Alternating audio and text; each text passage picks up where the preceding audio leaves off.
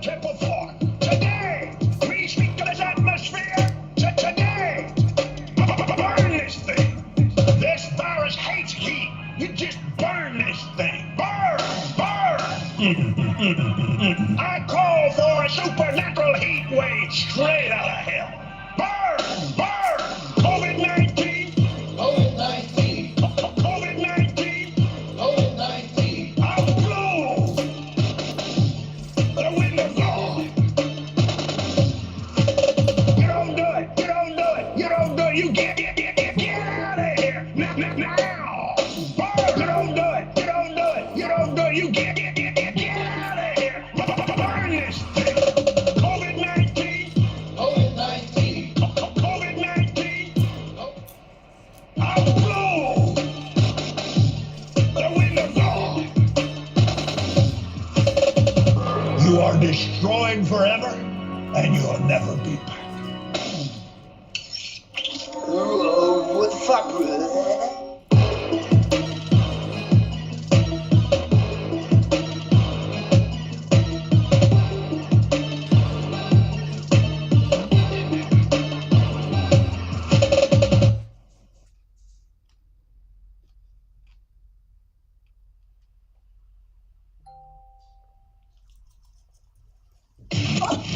This is the Truth Frequency Radio Network. TFR. Truth Frequency Radio.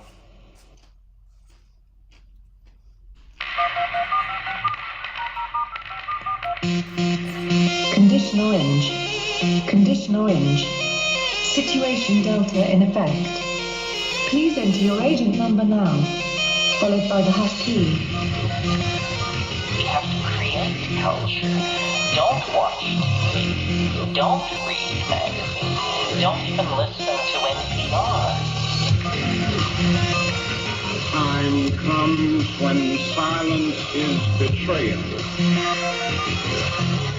More for themselves and less for everybody else. But I'll tell you what they don't want. They don't want a population of citizens capable of critical thinking. They don't want well-informed, well-educated people capable of critical thinking. They're not interested in that. That doesn't help them. Think for yourself. Question authority.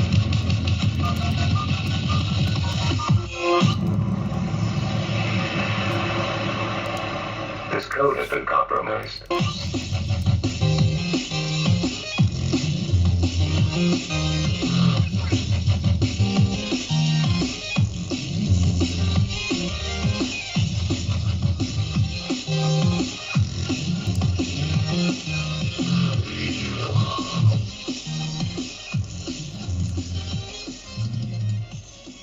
All right, welcome back, True Seeker. It is Wednesday, March 8th, 2023, and if you're in California, where they're having the atmospheric river, supposed to be a couple weeks of flooding, please do stay dry. And I do want to start the show talking about that subject. And just to make one point, if you've ever wanted some GematriaEffectNews gear at my website, GematriaEffect.news, right now is probably the best time ever to get some because there's free shipping. And the only reason there's free shipping right now is because I have hardly any sales for the year. So apparently in their algorithm, they pick up on that and they sent me an email. They're like, because your store's performing so poorly, we're going to offer free shipping to see if we can help get things started for you. So anyhow, free shipping at GematriaEffectNews. Check out the merch tab if you're interested. If not, that's perfectly fine as well. And with that said, no more promotions. Today, California, the big headline, weeks of flooding ahead. 2 years ago on this day, March 8th, 2021, we talked about the significance of the date and the record flooding in Hawaii. They said it was the worst flooding in 25 years in Hawaii 2 years ago to the date. Again, that was March 8th, 2021. And here we are 2 years later, and the thing that's interesting about March 8th, the majority of the world writes that date 8/3, like 83. Genesis 8:3 is where the biblical flood ends after 150 days. Today happens to be Gavin Newsom's 150th day of his age, so it's like flipping it on his head. It's not ending today, it's starting. But in Gematria, flood does equate to 83. And of course, if you run the alphabetic order the other way, flood equates to 52, like California equals 52, like Gavin Newsom equals 52. And remember, weather warfare first admitted to in the year 52 on the date August 15th, 1952, which is the Jesuit order's birthday. And now here, this perfect ritual synced up with arguably the biggest Jesuit agent in the nation, Gavin Newsom. But really, how perfect? Again, Genesis 8:3 reads, "The water receded steadily from the earth. At the end of the 150 days, the water had gone down." And for the record, flood equals 5283, so does earth, 5283. The Babylonian god of flooding, Enlil, 5283. Even nice words like devil equal 52 and 83. And I don't know, when I see Gavin Newsom, I think, God, that guy looks like a devil. What a slick willy. But anyhow, perfect ritual in California, and again, just a very familiar pattern. They're saying on March 11th, a day of days, Fukushima, pandemic declaration, so much more. Seems like there's almost always something big on March 11th. But starting this year on March 11th, the entire nation is, well, everything except for the American Southwest is supposed to experience a freeze, much colder than normal weather. And these nationwide weather patterns are becoming more the trend in the past year. I don't remember any time in history where like the whole nation was experiencing the same weather at once, but that's becoming more and more the trend. And for the people who are asleep at the wheel will say, well, that's climate change. That's what they've been talking about, why we need the Green New Deal. These same people don't have a clue about weather warfare that's been admitted to since 1952, meaning this year on August 15th will be the 71st anniversary. We're deep into the weather warfare game. And there is a lot of money to be made off politics and weather warfare, from bank lending to, destroying certain communities that might be less desirable, that even gives a land developer an opportunity to come in and make a killing. Hello, what they did in New Orleans after Katrina. But yeah, what a perfect ritual there in California as they put out the warning today. CNN's headline read, "Powerful storm," which in Gematria equals 150, going with the biblical flood of 150 days, and it being Gavin Newsom's 150th day of his age. There's a few other things that stand out about the Gematria powerful storm. And of course, this big warning today on International Women's Day. When you think of women, you think of water. Breaking water, but International Women's Day does come on the 67th day of the year, the day of the flood warning in California, where in Gematria, water equals 67. Big warning about flood on the 67th day, how fitting.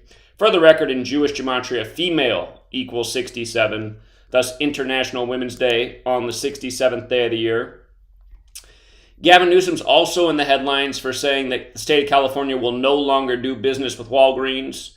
No more help for Walgreens. Guess that's good news for Rite Aid. But Walgreens agreed to not sell an abortion-related drug in 21 states. And then exactly 21 weeks after Gavin Newsom's birthday, he made his statement about Walgreens. And in Gematria, Jesuit equals 21. Go figure. Jesuit Newsom. So also, last week, the big focus of the show was talking about the significance of the number 83 in collapses, focused on what could happen on the 83rd day of the year, Damar Hamlin's birthday. The man who collapsed, seemingly in an act of predictive programming with the Bills. Well, today, on the date that's written 8/3 in the majority of the world, Silvergate Bank, which got too invested in crypto, collapsed. And they're saying the crypto fall is the reason it fell today on 8/3. Interestingly enough, the money manager at Silvergate Bank was Benjamin Richmond, who might very well be related to Sam Bankman-Fried. Again, like I said earlier, they definitely attend the same type of place on Saturday. But funny enough, from the day of the FTX collapse and the Chapter 11 filing on 11/11, don't forget that FTX filed for Chapter 11 on 11/11, from that day to today, the Silvergate collapse, exactly a span of 118 days, and guess what Silvergate equals in Gematria? 118. Go figure. Go figure. Also, with regards to collapse, CNN had a big feature article on the ballooning national debt and how the debt ceiling's at risk, which was a big talking point today with the Fed chair's second meeting with Congress. And funny enough how the debt ceiling's at 31.4 trillion, almost like pi, right? Like 3.14. Funny number. But CNN wrote a big article today, if you want to check it out, on the danger of the debt and how it could lead to cataclysm for the U.S., just like what Janet Yellen warned about on January 20th. But why write this article on March 8th? Again, 8/3, the collapse day, the thing that could collapse the nation, the debt. CNN does a huge piece on it today on 8/3. Talk about news by the numbers. Speaking of news by the numbers as well, shout out to my man Jesse. He does his business down in Mexico. He had a partner that was going to come work with him, and now after the latest story, the 4 Americans kidnapped, 2 of them killed in Mexico, his business partner's thinking maybe Mexico's not so safe. Again, this is exactly why they give us these stories. I've already covered this story from several different angles. Before they even reported anyone was dead, I said surely why there would be deaths in the story, because murder was coded all over every last detail. And sure enough, 4 Americans disappear. Then 4 days later, they're telling you 2 are dead. Well, then what they also told you after 2 were dead was they put out the images of the dead Americans, and they were black. 4 Americans captured, 2 dead. Where have I seen this combination in the news with black Americans? 42? I mean, again, you guys, it's so obvious. It's like they want to be found out. 4 Americans, 2 dead. They're black. And they drove a white van. Like Chris Rock this past weekend, dressed all in white as he made jokes about being black and white. Anyway, I mean, it's just, again, week after week, I can't believe that, there's not a 24/7, 365 news network out yet covering Gematria. It's just like, it's the thing to expose the rest of the media, which is nonstop propaganda and fear-based mind control. Also today, today on March 8th, you might recall when Brainwash and Small Talk, when the news first made it. You remember that couple, right? The cute couple, Brainwash and Small Talk, also known as Brian Laundrie and Gabby Petito. You might recall how they coded 3883 all over it. We covered it from day one. They've done about 1 million more rituals since then. Just keep bringing this story back. Today they bring it back again. Actually, a lot of the media brought it back yesterday. I missed it because I mostly stay glued to CNN. They're my favorite news network to expose. But CNN covered it today on March 8th. And CNN had the phrase burn after reading emphasized, which happens to equate to 163, which is the 38th prime. Again, murder has that gematria, 38 and 83. But again, just more news by the numbers, by the same old pattern they've been presenting the whole same old time. And again, it's just, I just really wish the rest of the world would embrace this knowledge and just see how the propaganda is contrived literally every single day. Remember how the police were so connected to it? Remember how the song Murder by Numbers by the Police came out in 83? Today, the Department of Justice, the feds up on the 38th parallel, the world's killing capital, with the Pentagon, which equals 38, like murder, death, killing, RIP. Today, the feds got involved again with Breonna Taylor releasing a report from the Department of Justice saying, the Louisville police was, way overboard with this one. CNN's chosen picture for the Breonna Taylor killing was a Louisville police vehicle, just zoomed in on the number 181 on the vehicle, which is the 42nd prime. Black history equals 181. February 42. 42 coded all over black history in a million different ways. But again, just another story of a murder, right? They got to bring it back on 3/8. And remember, Breonna Taylor was in the news when George Floyd was in the news. Remember what the street was that George Floyd was killed on? 38th Street, the corner of 38th in Chicago. in Minnesota, which equals 38. So now Breonna Taylor's back on 3-8. Okay, sadly, also in the news today, a 29-year-old football player in South Africa is dead. This is a headline today on the date that can be written 8-3. Football has that gematria of 83 and 29. A 29-year-old football player in the news for dropping dead for unknown reasons. And, you know, a lot of people right away will think it's the jab, which is possible, but again, just this murder by numbers pattern predates the jab by a long ways. So, can't just jump to that conclusion anytime somebody drops dead now. It's almost like that's the new excuse to help these psychopaths get away with the game of murder by numbers. Oh yeah, everyone will just blame it on the jab now.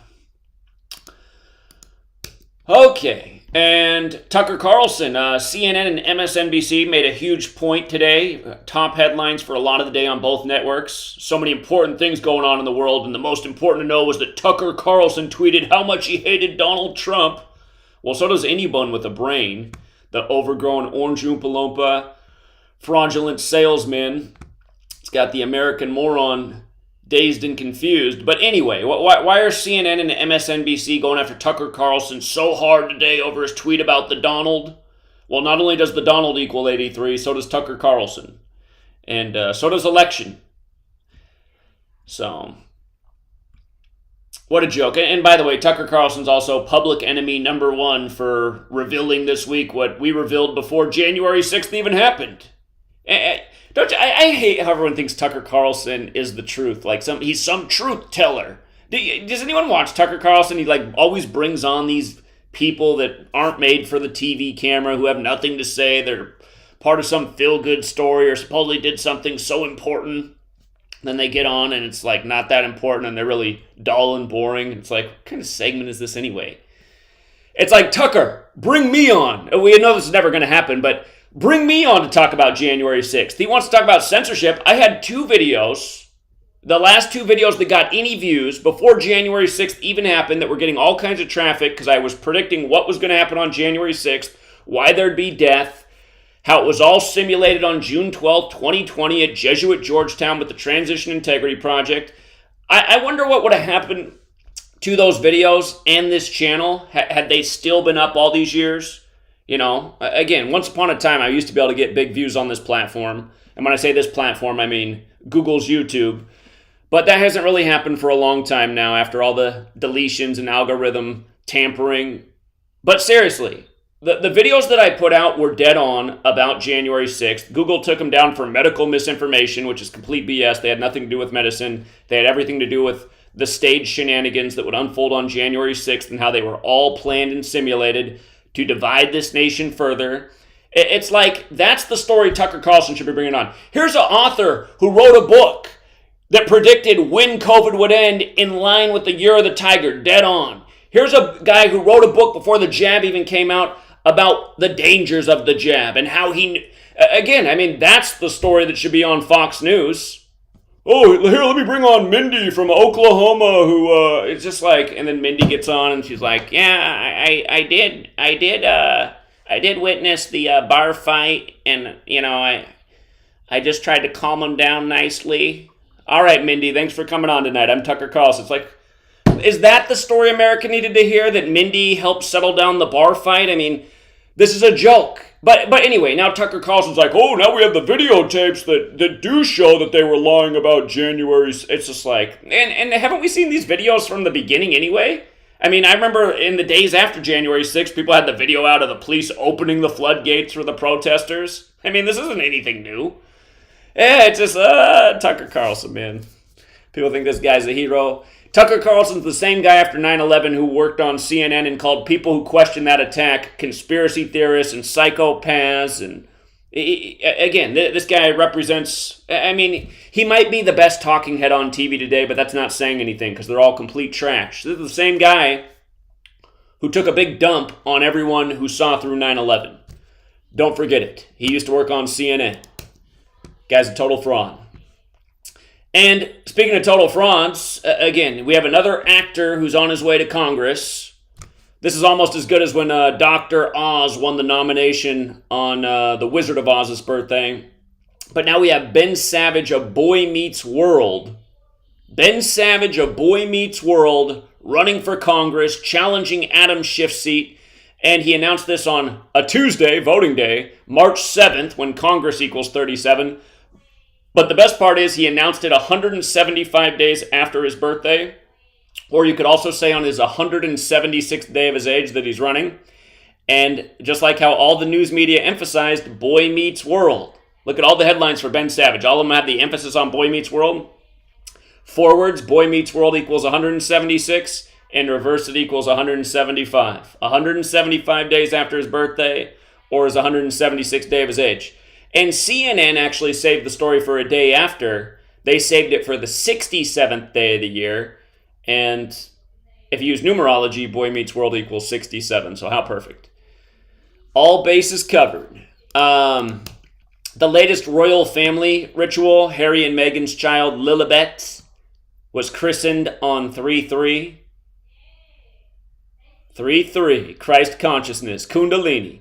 But her name Lilibet also equals 33, like England. Big number there with the royal family. The totally Masonic royal family. Just like, again, the whole thing with Mexico too, right? The 4 people who disappeared and then found 4 days later. They disappeared on 3/3 when Mexico's 33, like Masonry, like order, like secrecy, like federal, like police. And then when they found the bodies, it was on a date with 33 numerology. And they were found by the police and then handed over to the feds. By the way, they now call Lilibet the princess. And she was christened on the 62nd day of the year, the big number with the queen. Could we be looking at the future queen decades from now? Queen Lilibet? Anyhow. Yeah, and for all the people in Philly, CNN made a big point about your city yesterday. Stay off the trank, also known as the xylazine. They made a big deal about this on 3/7. That's because xylazine equals 3/7. And in the headline, they don't even spell out Philadelphia. They spell out Philly. Like they're Belle Biv DeVoe. Because Philly equals 37. Again, it's all news by the numbers, you guys. All day, every day. Every last headline they put out is news by the numbers. The whole Elon Musk shaming the handicapped person. He shames him on 3/6, 36 weeks after his birthday. Why 36 weeks? Because computer equals 666, the 36th triangular number, just like internet equals 666, just like Apple pricing their first consumer computer at $666, and Apple having the big day on 3/6 when the rest of the market went down. Anyway, big tech performed pretty well on 3/6 while the rest of the market went down. So, yeah, those are the at least some of the bigger headlines. And that's me speeding through them as quick as possible. Let's get our first call of the night before we go to commercial break. And let me make sure we're all the way connected here. Well, I think we are. All right, hold on. Having a little trouble with the call board tonight. Let me see if I can get this thing to load.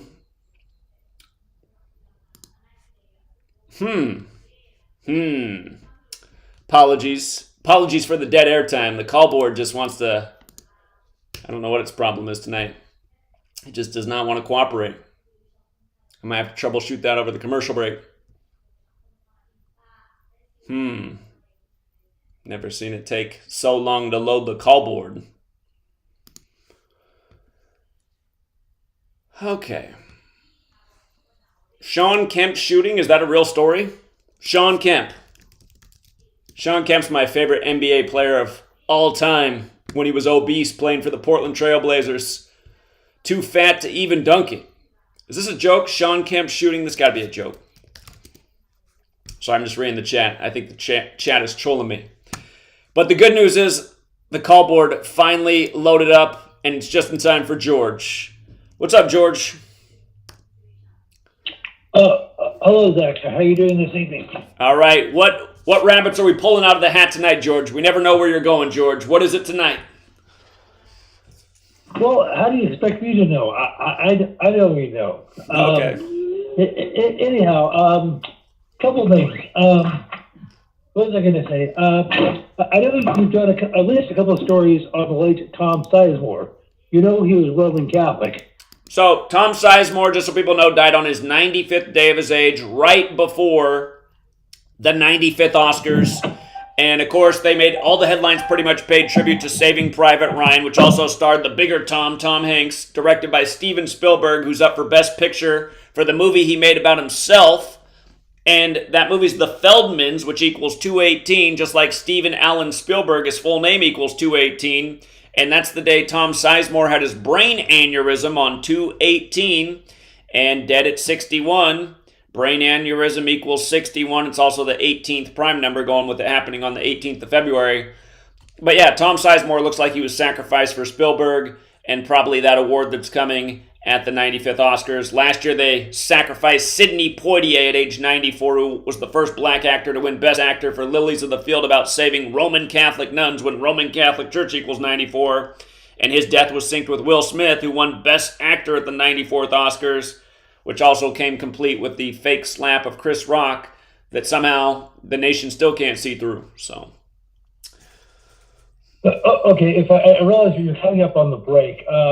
Now, earlier last week we were talking about Dan Aykroyd. Yes. And I know that Dan Aykroyd has done at least a couple films with Steven Spielberg. The 1979 film, 1941, and the Blues Brothers. Now, I believe John Landis directed the Blues Brothers, and Spielberg had a cameo in it, which is interesting because he's not noted as an actor. He played the Cook County clerk, where Don Belushi and Dan Aykroyd had to go pay the money for the orphanage. Okay. Okay, so anyhow, something I wanted to mention is John Candy was also in that. Now, I think I may have mentioned him before. Okay, I'm not online right now, and I'm sorry for not doing this, but I know he's born in 1950 and he died in 1994. He's 43 years old. Can you look up Candy's dates? I've talked about John Candy in the past. Oh, you have? Oh, okay. So, it's odd. Even though he's Canadian, he's still a Canadian citizen. He's actually buried in L.A. Okay. Okay, we struck me as odd. So I guess I don't know what the rules are, but he's buried in the Holy Cross Cemetery in L.A. Now, something I just wanted to mention just before I sign off. Now, you mentioned about the atmospheric river that's supposed to be hitting California in the next day or two.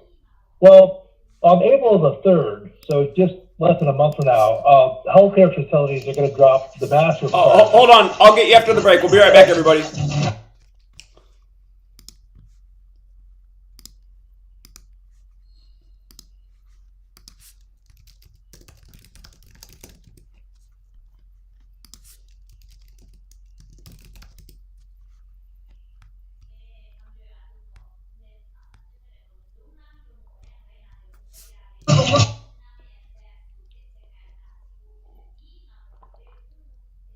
The time when I used to make $60,000 a year. And all my friends made around the same amount of money. I read the book and I said, okay, instead of acting like I make 60K, I'm gonna act like I make 100K. And I'm gonna do the things necessary to make the 100K. 6 months later, 120K. 6 months later, 180K. 6 months later, $250,000. It changed the way I was thinking about things, and because I was thinking about things differently, I operated differently.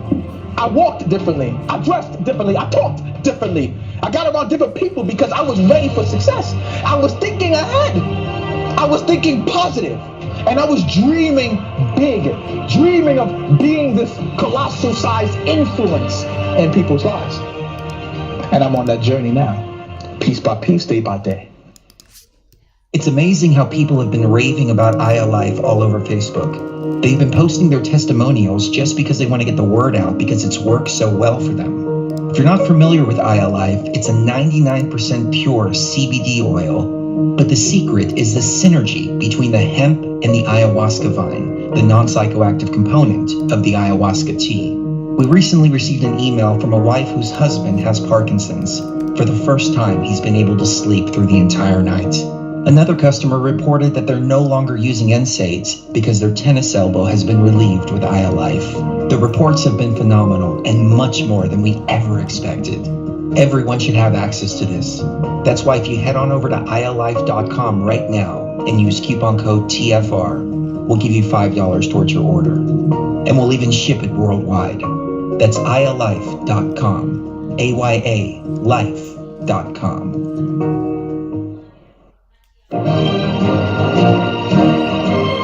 Hi, I'm Sergeant Jim Ram, retired. In early 2012, I was facing a laundry list of chronic health conditions that my physician was telling me were incurable. I knew there had to be a better way, and I learned how I could reverse every one of my ailments with science-based, clinically verified medical nutrition. In just a few months, I was able to reverse high blood pressure, gastric reflux, sleep apnea, arthritis, degenerative disc disease, heart arrhythmia, AFib, and many more. And I've lost over 70 pounds and kept it off. Now I'm hosting a radio program that's dedicated to helping my listeners do the same.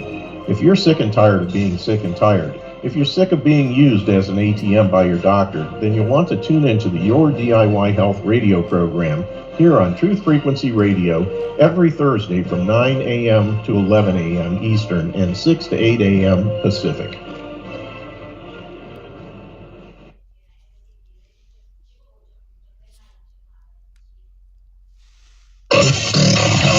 Real people, real radio. Initiating the truth frequency. This is Truth Frequency Radio.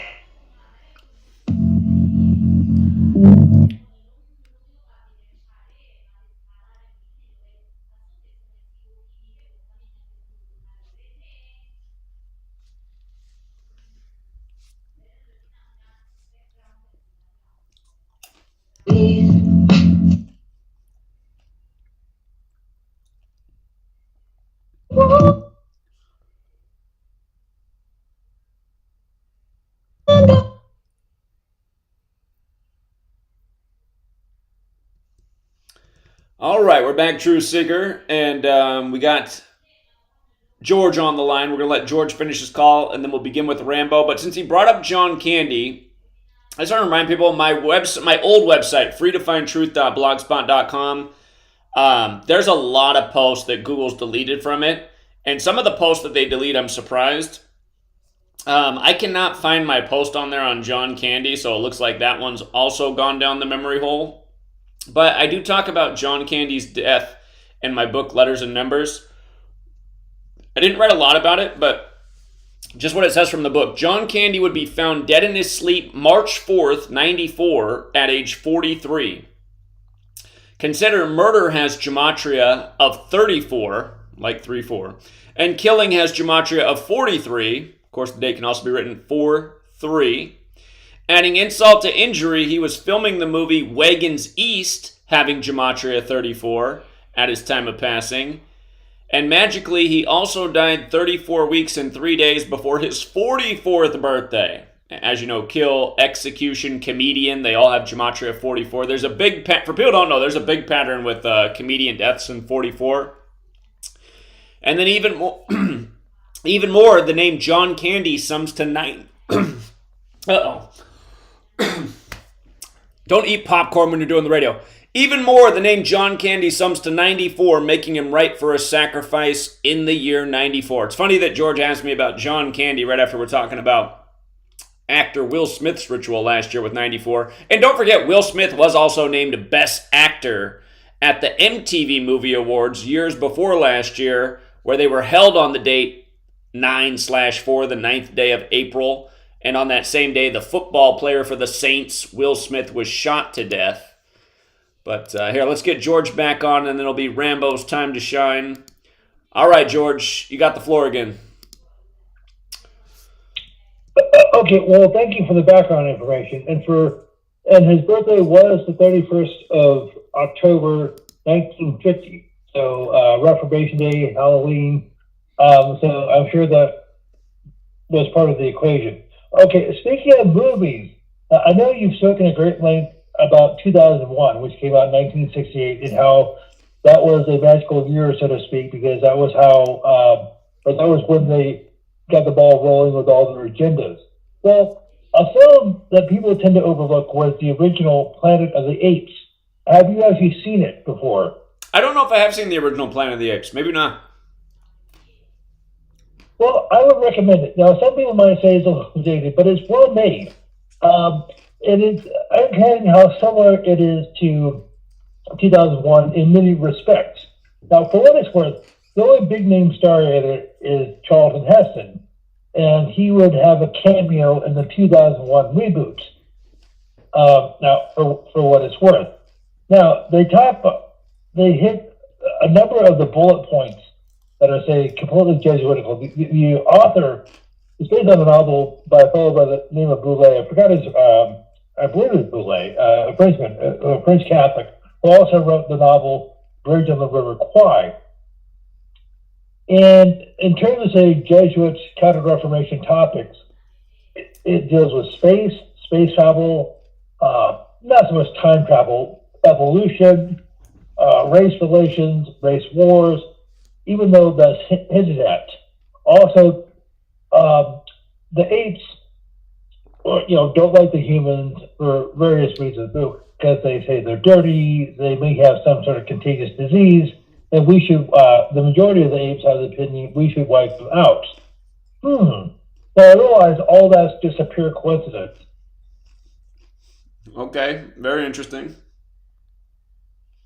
So as I said, I would recommend the film, but I would also recommend the novel because they had to make a number of changes, which is something they often do when they do an adaptation from, say, a novel or something like that. Partially it's due to time constraints. Okay. But I believe the release date was March the 29th in the U.S.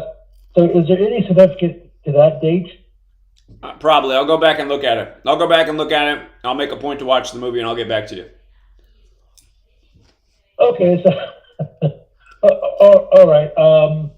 And just one last thing.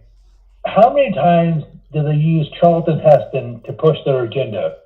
We saw it Green in 1973, Omega Man 1971, this movie, Planet of the Apes. Yeah, good point. And Michael Moore always made him a big target with his film Bowling for Columbine about the gun control. Love to play that clip of From My Cold Dead Hands. So. Okay, well, I realize you have to get to Ramo, and I guess I'll talk to you soon. All right, George. Appreciate it. You have a good night. Okay. You do. All right, take care. Okay. Rambo, thank you for your patience. Let's see. Callboard seems to be a little bit slow tonight. Slow. Can you hear me? There we go. Now I do. Yeah, you're on. Can you hear me? I hear you. Okay, yeah. Yeah. All right, yeah. Thanks again for having me. Always welcome. The title of my post is Travis Barker's Injury, O.J. Simpson, Johnny Depp, John Desta, and Elite Osiris Rituals. I know for a lot of people, Travis Barker is not a household name. Travis Barker is a very famous rock drummer. He's a drummer for the band Blink 182, really big in the 90s, early 2000s, and Blink 182 has reunited. They're about to start on a very highly publicized tour of the United States and Mexico City and South America, but Travis Barker, he is a very famous, he probably one of the most famous drummers. If you ask him to just name a drummer, his name would be, not many people know the names of drummers, so that's the spectrum of who he is, and his partner is a Kardashian, Khloe Kardashian, Kourtney, I'm sorry, Kourtney Kardashian is his partner. So just to give an idea who is Travis Barker, not even, that name doesn't ring a bell for most people. So so this normally would not be a remarkable, particularly incident of somebody injuring their hand. He had to have a finger surgery, but what I point out is that a lot of the events that you see portrayed as news and also the narratives of popular culture, movies, TV, These are actually rituals, and they're all based on an ancient archetype. And that's what this is. And one of the reasons you know that is because you've seen this happen multiple times. I actually did do a decode of this before, and it only takes a matter of time before it happens again. And I did bring up the Johnny Depp trial. I'm not sure how Johnny Depp is related to this. So, as I said, Travis Barker injured, world famous drummer, one of the most famous drummers in the world at the moment, injured his finger on his left hand, and he's a drummer, so you can't drum, obviously with a injured finger. And they aren't really, from what I've read, they aren't really saying exactly how he injured his hand. They said he smashed it, and they said he injured it while playing the drums.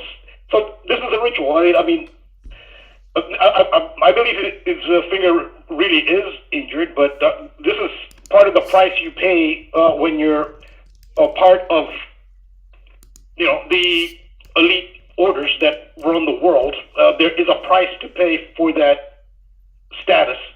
So I think he is injured. About how he got injured probably is not what they're saying, but nonetheless, this is a ritual which I've talked about before, and it is based on the legend of Osiris from ancient Egypt.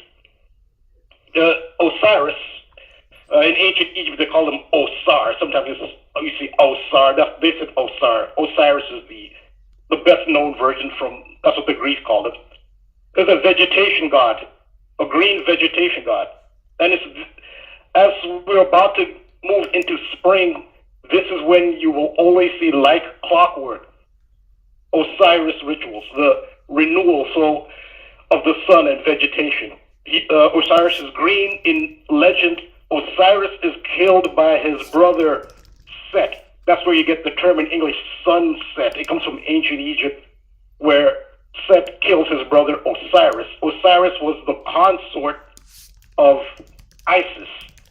And after Set kills Osiris in legend, he cuts Osiris's body into 14 pieces. It's a very important number, 14. And Isis, Osiris's consort, who wants to revive Osiris, gathers the pieces of Osiris's body together and reassembles them, but can only find 13 pieces of Osiris's body. The 14th piece was Osiris's phallus, or his generative organ, his procreative organ, which Set threw into the river Nile, and it was eaten by a catfish.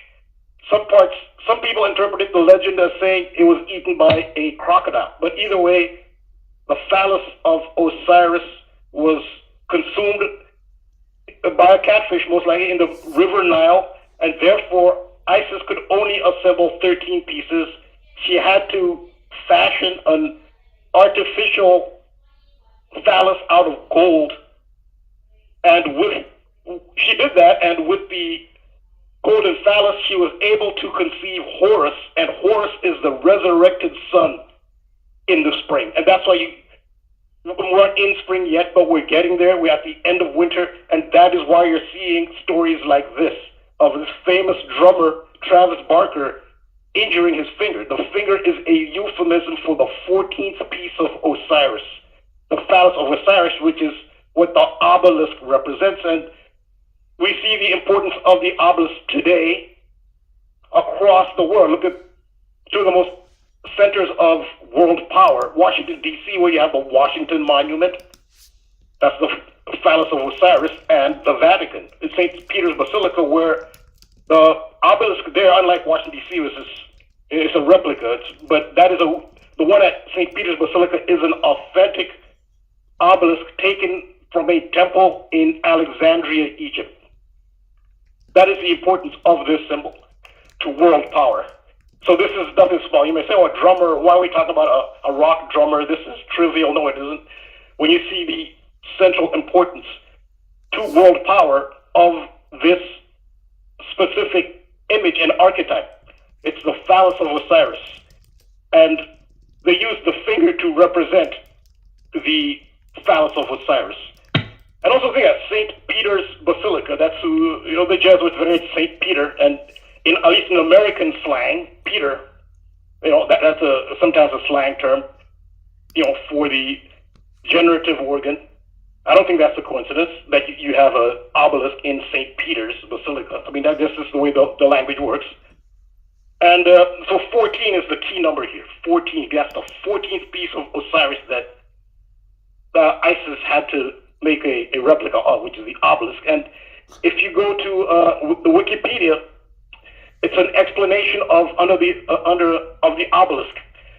It explains that the hieroglyph for obelisk, and this clinches my whole theory, which it is a theory, but it's a plausible theory, and this is why.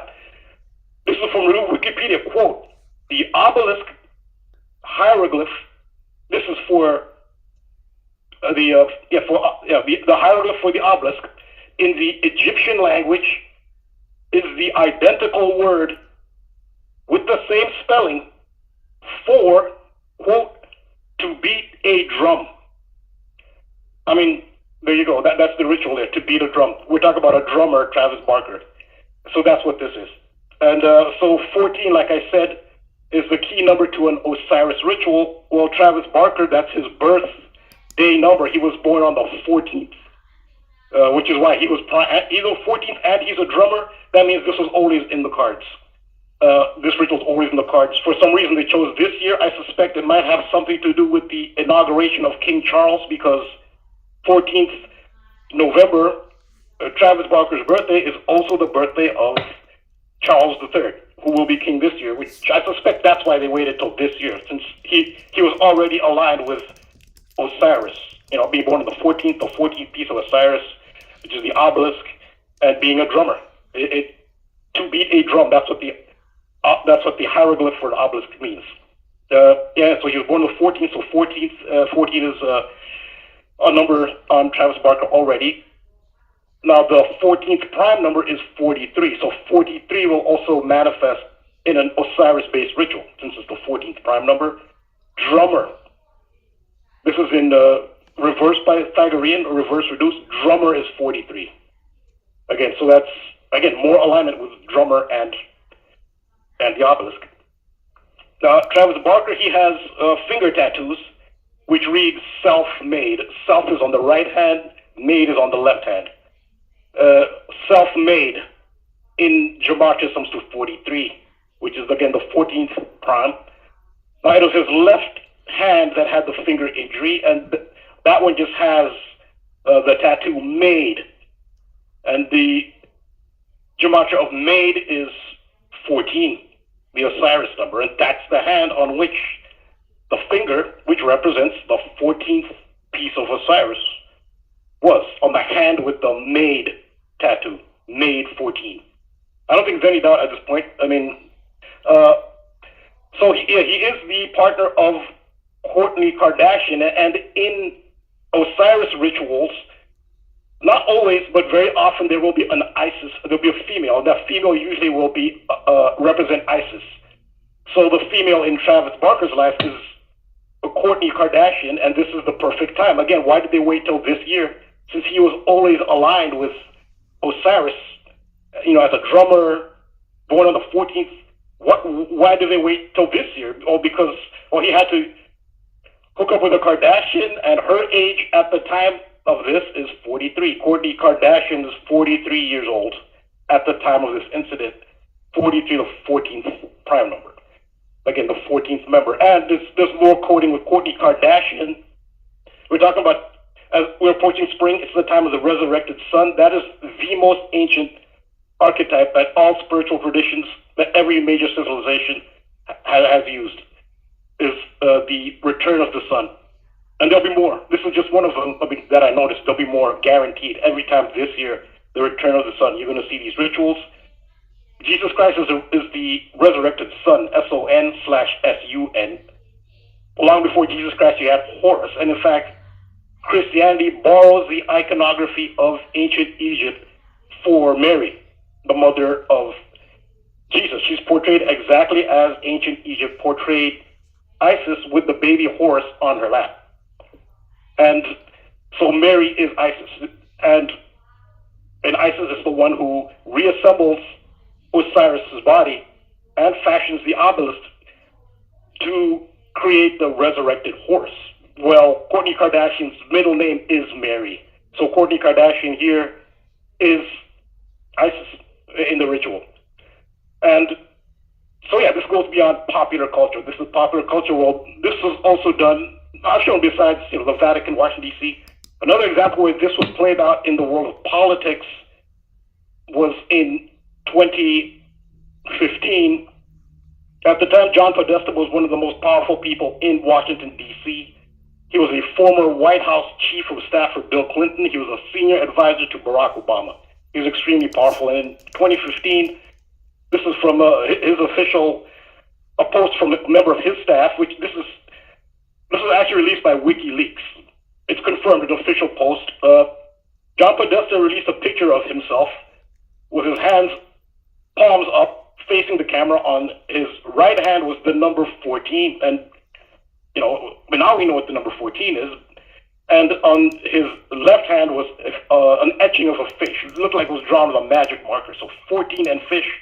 Well, that can only refer to, most popularly, the legend of Osiris. His 14th body part was eaten by a catfish in the River Nile.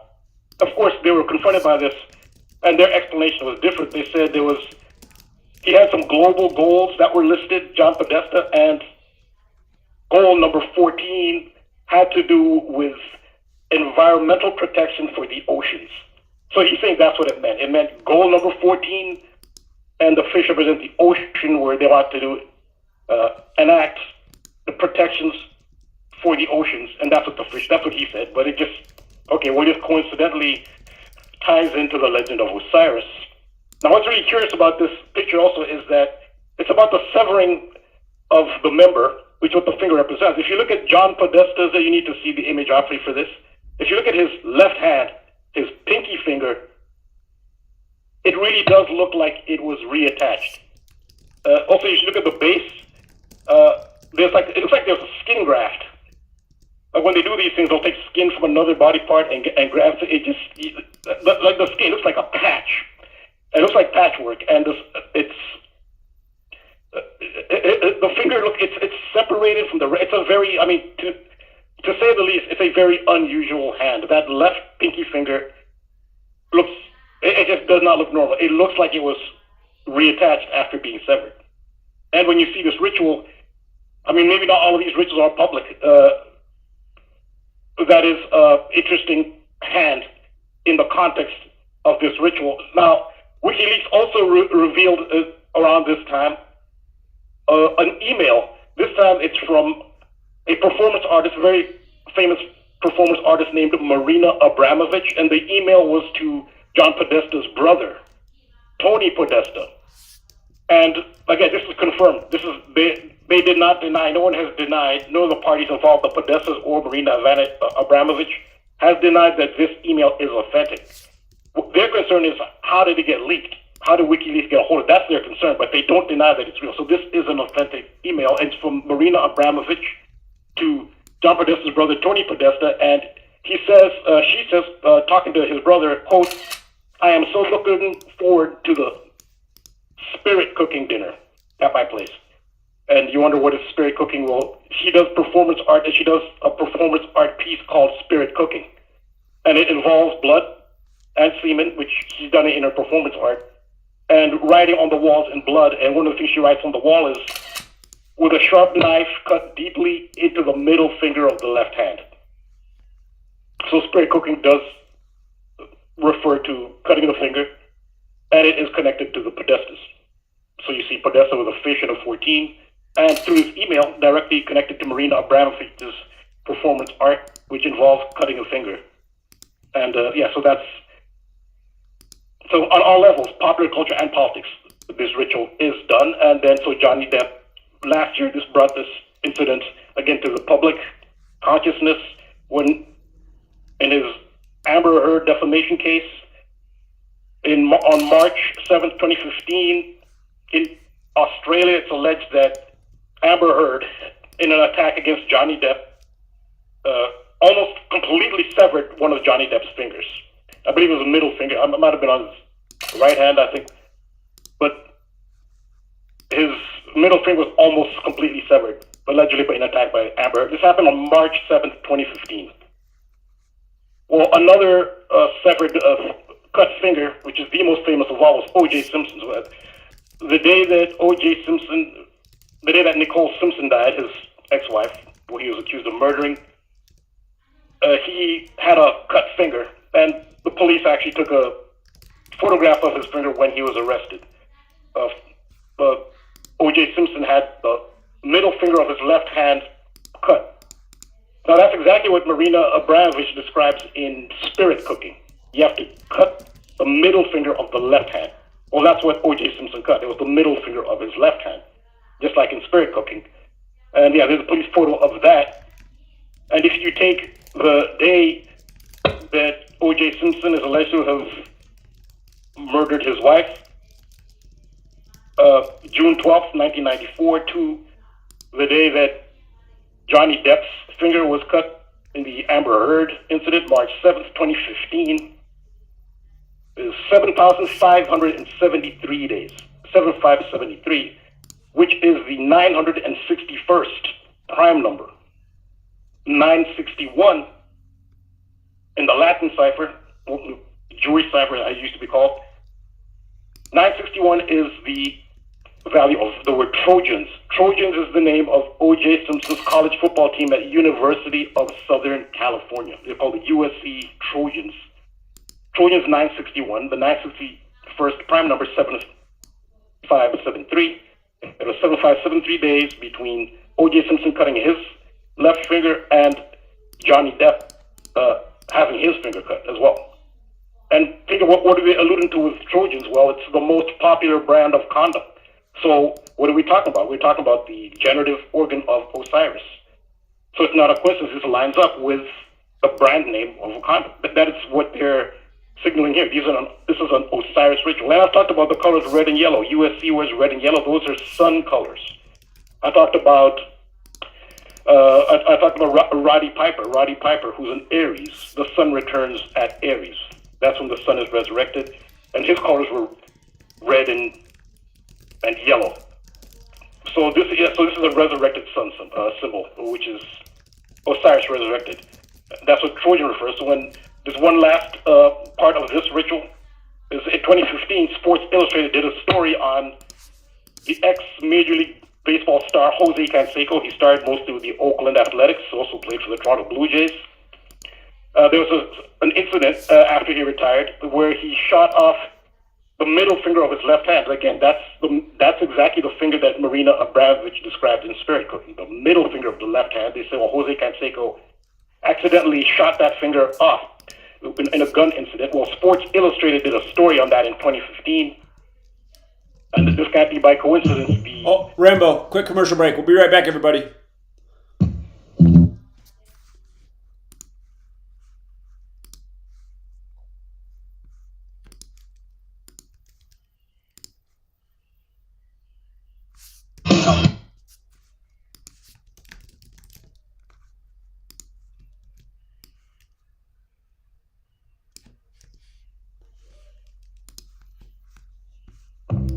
Censorship and regulation is becoming an ever-growing problem in today's modern media. From the mainstream to YouTube and Google, the information you're looking for is buried by official narratives and propaganda. This is why TFR is 100% uncensored, unregulated, and listener-supported. The shows on TFR are not micromanaged by the station, and our hosts are free to speak their minds however they please. As such, the views and opinions expressed on our station are of those who make them. If you happen to hear anything offensive on TFR, please send us an email to toughtitty@tfrlive.com, and we'll be happy to tell you that we really don't give a damn. We stand for freedom of speech and non-censorship. If you also stand for free speech, you can go to tfrlive.com/signup and sign up for a TFR supporter pass and help us in our mission to keep the airwaves uncensored and unregulated. TFR Live, your uncensored and unregulated protection from deception. We can't allow bad things to happen to our country, and bad things are happening to us, perhaps like never before. You'll be seeing what goes on, and perhaps like never before. We are looked upon as not very smart. We are are looked upon as not very smart. Oh shit, we failed. Shit, we failed. They may allow me back. They may allow me back. So I walked gingerly. That ramp was long and steep. I said, General, I might have to grab you by the pussy. They made that a big story, but they didn't make a Biden fall. The triple fall, the triple fall. I wasn't gonna fall. Dr. Fauci, who I actually got along with, he's a great promoter. Not a great doctor, but he's a hell of a promoter. Fauci said powerfully at the beginning, no masks. Then he went into masks, and then he became a rebel master. Look at the world. Look at what happened to the world. And look at the world. It's not just us. It's the world. We are looked upon as not very smart. Oh, we are looked upon as not very smart. Oh, shit. We failed. Shit. We failed. They may allow me back. They may allow me back. Zuckerberg walked into the office and tried to film these people. Congratulations, you're one. You're number one on Facebook. The day I was out, he became rather, well, I guess it's human nature. Let our country be run by that kind of human nature. They may edit that out. They don't want to have that. They don't like that. They may have to edit that out. The Biden administration seems to be putting America last. There's nobody like us. Nobody has the people that we have. Nobody has the genius that we have. Look at the world. Look at what happened to the world.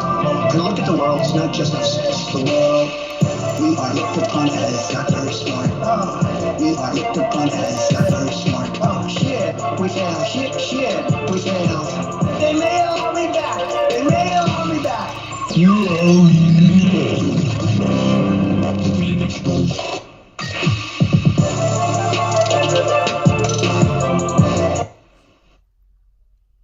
are now tuned into the truth frequency. We are TFR. Truth Frequency Radio.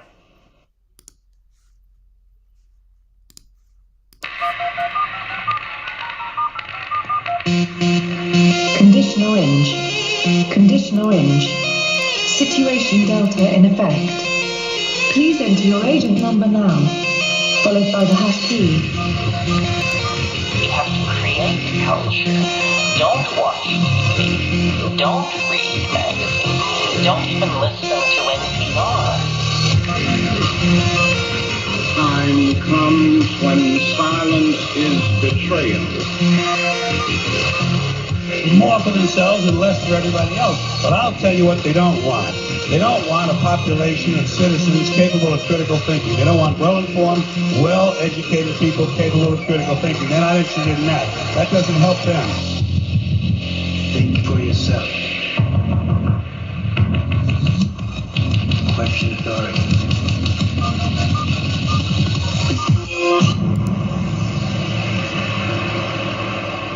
This code has been compromised.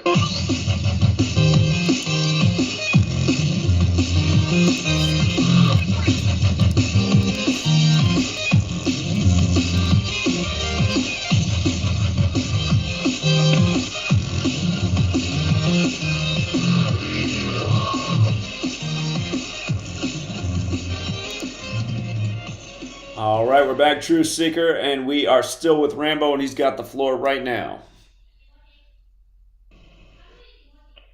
Yeah, I was almost done, but over the break, I included a picture of O.J. Simpson's arrest picture of his left middle finger, but I also did the Gematria on the slogan for the USC Trojans. It's fight on, and fight on is 43, which is the 14th prime number, the 14th member of Osiris, which is the obelisk, which is what his finger represented. Fight on is 43. I just looked that up. I'll add that to the decode right after. But I was just going to end with this one here. 2015, Sports Illustrated did a story on former superstar from Major League Baseball, Jose Canseco. After he retired, they said he shot his middle finger of his left hand, the one that Marina Abramovich identifies in spirit cooking. And the author, the name of the author, I don't feel is a coincidence. The author is Jack Dickey. So there's a reference there. Again, another phallic reference, which is throughout these rituals. Interesting. It's a reference to the phallic phallus of, Yeah. So, very interesting as always, Rambo. Great research. I appreciate it. Yeah, thanks. No problem. All right. Anything else you want to chime in with tonight? No, usually, in general, this time of year, it's still winter. We're at the end of winter. I mean, baseball is having spring training, so in that respect, as far as Major League Baseball is concerned, spring kind of has started for them. They've started spring training. But this is the time of year, the return of the sun, the resurrected sun. It's the central, I can't think of another archetype, theme, or ritualistically significant theme across every culture throughout history. And I'll talk about other instances that happened, like they had the ship that was stuck in the Suez Canal a couple years ago. It happened during spring. All sorts of stuff related to this theme, the rebirth of the sun, will happen. I find this the easiest decodes to identify. So this is just the beginning, the Travis Barker injury. Yeah, indeed. There'll be a lot more rituals to come. March always gets busy, so really appreciate it, Rambo. Thank you. Yep. All right, you're welcome. All right, you have a good night. All right, you too. All right, take care. All right, another brilliant deco by Rambo. And again, just to cover the breaking news about Shawn Kemp, former NBA superstar, played up in Seattle on the Sonics with Gary Payton. Played with a few other teams at the end of his career. But for some reason, we're getting some static as soon as Rambo gets off the line. Strange. Anyhow, they're saying Shawn Kemp has been arrested in Pierce County, just outside of Seattle. And they're saying for involvement in a drive-by shooting. And what stands out about that, again, it's 102 days after Shawn Kemp's birthday. Remember last year on the 102nd day of the year, April 12th, the anniversary of the start of the American Civil War, which had a lot to do with slavery. They blamed the mass shooting on a black man in an underground railroad, and most people did not get the joke at all. The cameras were out as he fired 33 shots. Anyway, 102 in Gematria equals words like slavery, the N-word, also police. KRS-One has that song about overseer and officer, the overseers that used to watch the slaves. Isn't it funny how police has the same gematria as slavery? We know what communities they like to become the most predatory in. But anyhow, it's 102 days after Shawn Kemp's birthday. And, you know, I thought 19 would be a big number in the NBA today because it's the 67th day of the year, which is the 19th prime, and it's also the 8th of the month. 19's the 8th prime number. Seattle is the one city in America that equals 19, and now here's a basketball superstar from Seattle being arrested on this day. And as Itachi just pointed out in the chat, Shawn Kemp's birthday is the 331st day of the year, which is also the 67th prime number, going with him now being arrested on the 67th day of the year in this clear numerology-based ritual, which is what takes place every day in the mainstream media. And then the most simple thing to point out, today's 3/8. We started the show talking about all the 38 in the news. Guess what Shawn Kemp equals? 38. Guess what Pierce equals? 38, arrested in Pierce County. And there's also just a big recurring theme with 223 in the news this year, which is a lot like the number 2023 for the year. His full name, Shawn Travis Kemp Sr., does have a 223 value, but yeah, more racial shaming by the code. And you know, it's a reminder, you become a celebrity, you get known on the stage, they might have a ritual for you like this, ritual for, you know, just like this for you down the road. It's just like they just had the NBA All-Star game in Utah, and then what's the headline right after the All-Star game? That Karl Malone, the once great Utah Jazz basketball player, was having a sexual relationship with a young teenager right after the All-Star game in Utah. All of a sudden the headline's out. Again, these are rituals, you guys, and they perpetuate stereotypes back to your regularly scheduled programming. So, anyhow, Amy's already working on the decode. Make sure you guys support Rambo's YouTube channel, The Truth Codes for Rambo, and crack their code with no spaces. That's Amy's channel. She's already working on her decode in the chat. Both doing great work. And with that said, let's go out to the next caller. And Michigan's up. I never know if they're going to answer, though. Michigan, are you on? I'm on. Hey, Zach. How you doing? What's your take on the East Palestine train derailment?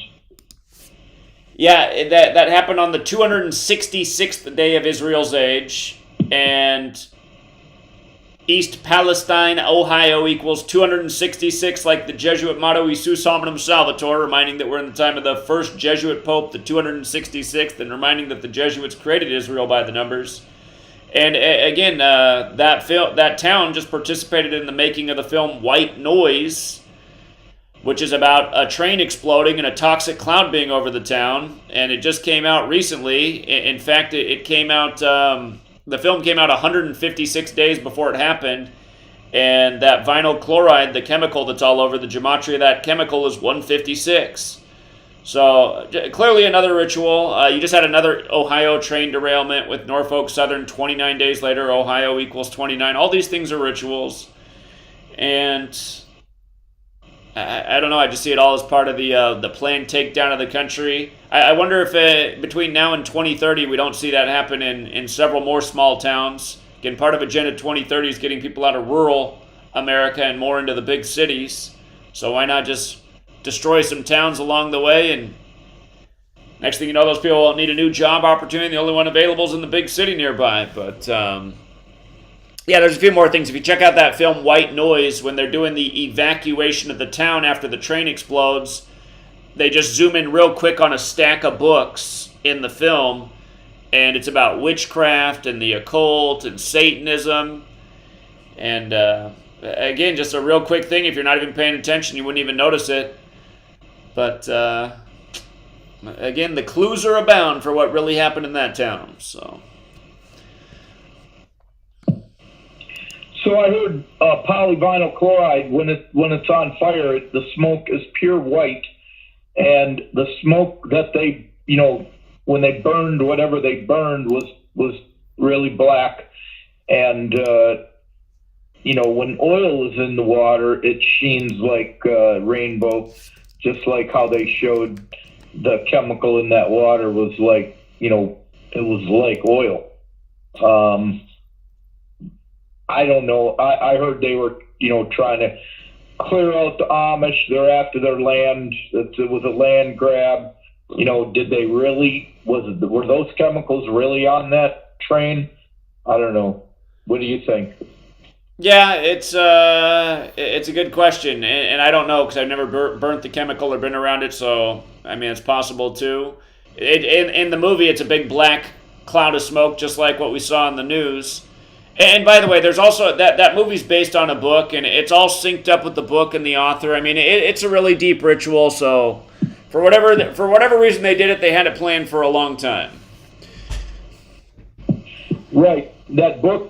I think the book came out in 1985, and it was written as though the accident happened in 1984, right? And for the record, the Jesuit motto Isus Hominum Salvator does equal 266, like we just talked about. That motto also equals 85, like the year the book came out. Yes, and you're right about the year 84 as well, which is a big Jesuit year. So I heard today that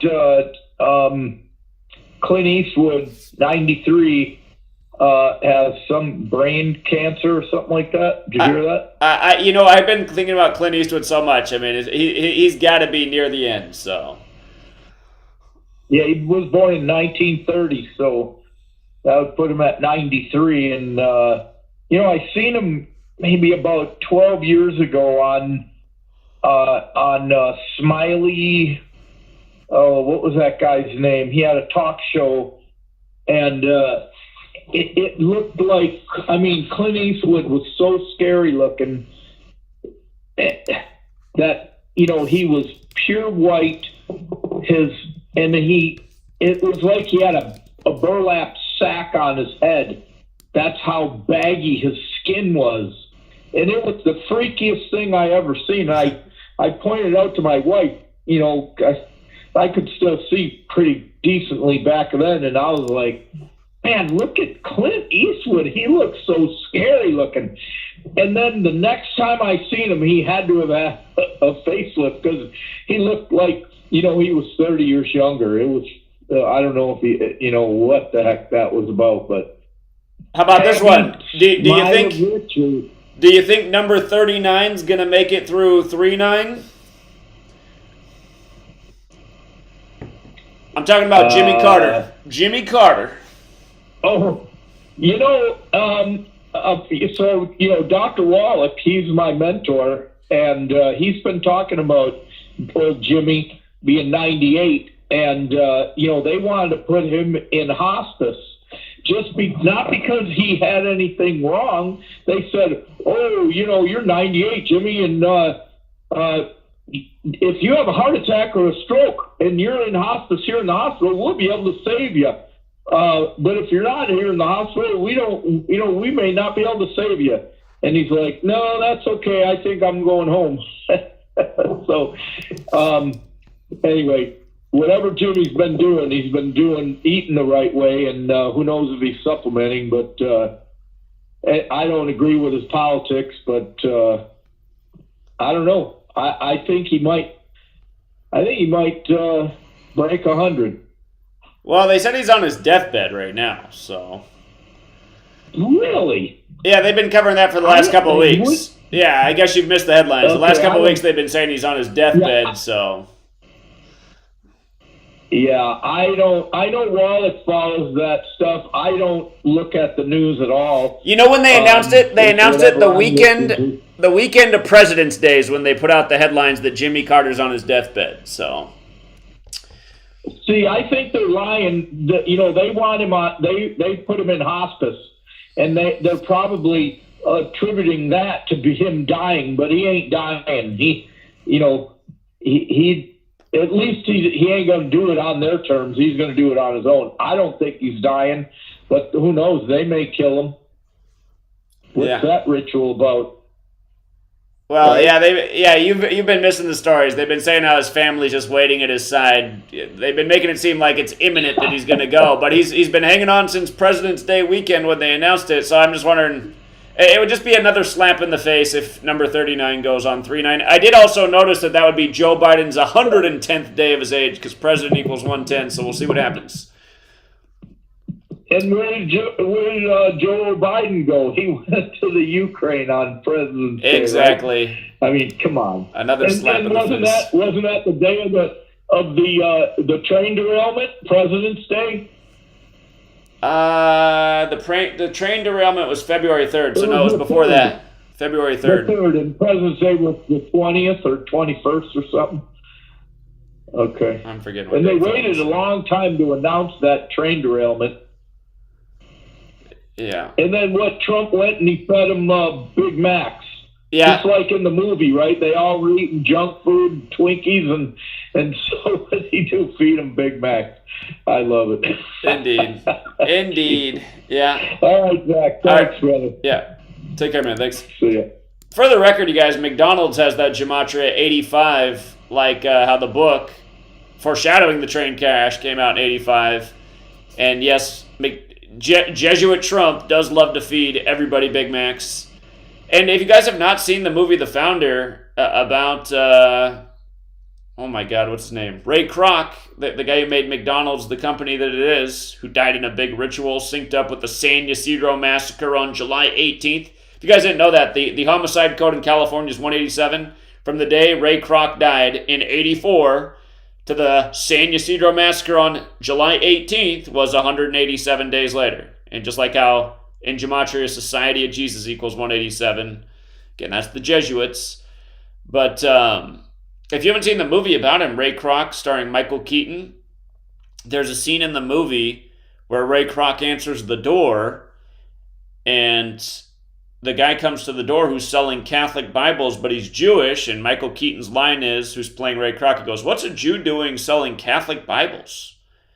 And then he says, "I got a better offer for you." And then he becomes his business partner and helps Ray Kroc take McDonald's to the dominant company that it became. But, again, just that line about what's a Jew doing selling Catholic Bibles, again, it just goes back to who the Jesuits are. The Jewish Catholic Alliance that came out of the Protestant Reformation. Let's go out to 850. I think it's Truth Vibration Podcast. Speaking of Jimmy Carter, Zach, hospice equals 39. Oh, really? It'd be the 159th day of... Yeah. And it'd be the 159th day of Carter's age. Donald Trump is 159.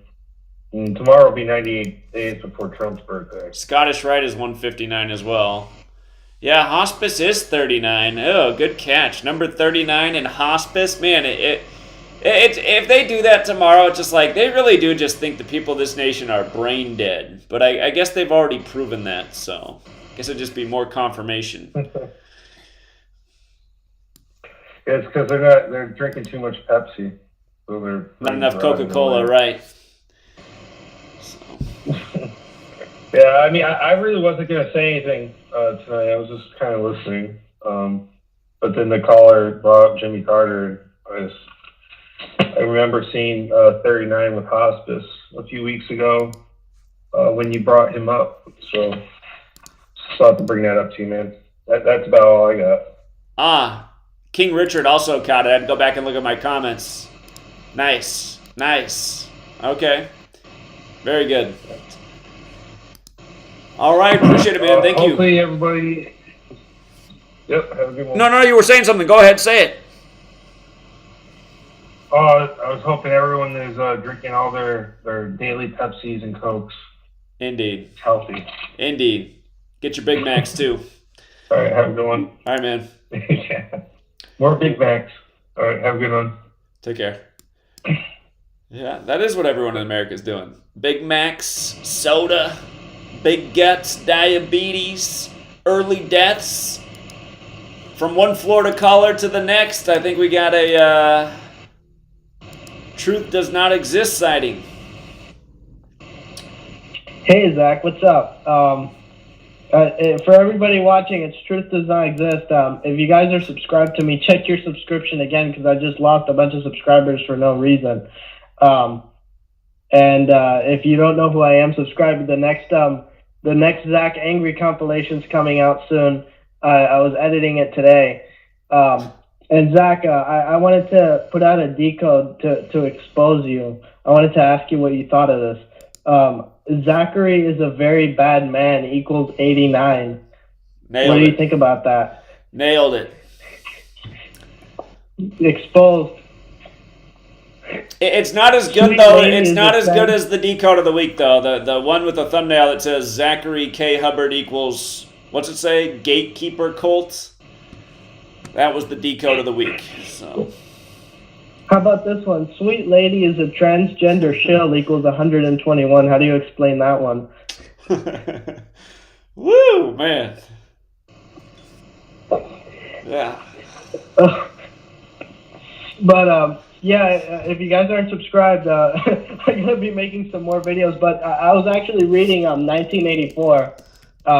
For anybody that hasn't read that, it's pretty cheap on eBay. You can get it for like $4 in the real book. And it's just interesting how many parallels are in that book to now.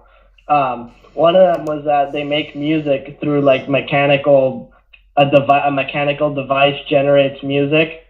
I just thought that was interesting, music being made by machines back in whenever that book was written in like 1950. They were already thinking about all that stuff. It had a lot of really interesting stuff. So I'm reading that book. There's so many things in that. Like I'm only like a quarter way through it, and there's just so many things that are just like what's going on now. It's insane. And probably I don't know when the last time is that you read it, but there's probably even more stuff that applies now than when a lot of people that are probably watching this first read it. Yeah, that movie. But that was pretty much. Yeah, that movie definitely has a lot of parallels to what's going on today. So. But yeah, that's pretty much all I have for today. If you guys aren't subscribed to my channel, I also have another channel, Spam Wave. That's why I'm going to be doing like entertainment videos that like aren't decodes. It's just entertainment. I kind of wanted to split those between the two channels so that way my channel is more informative, and then Spam Wave is just like me messing around. But yeah, that's pretty much all I wanted to say today. All right. Appreciate it, buddy. Thanks. See you.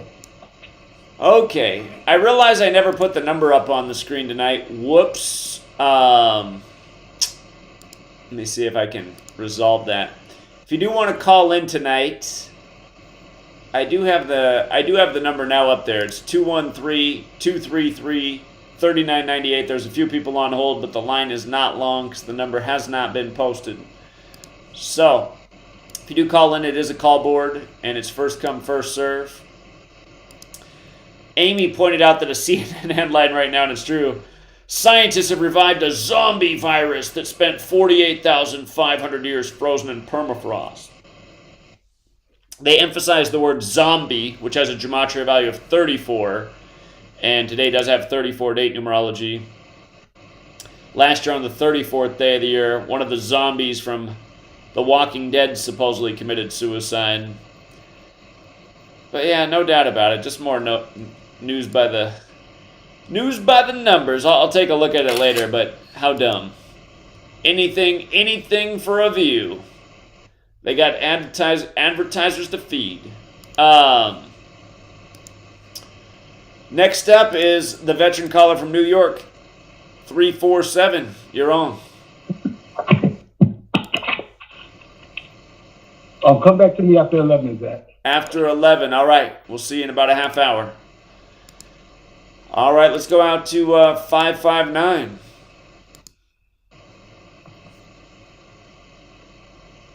Hello. Hello. How's it going? It's going all right. What's up?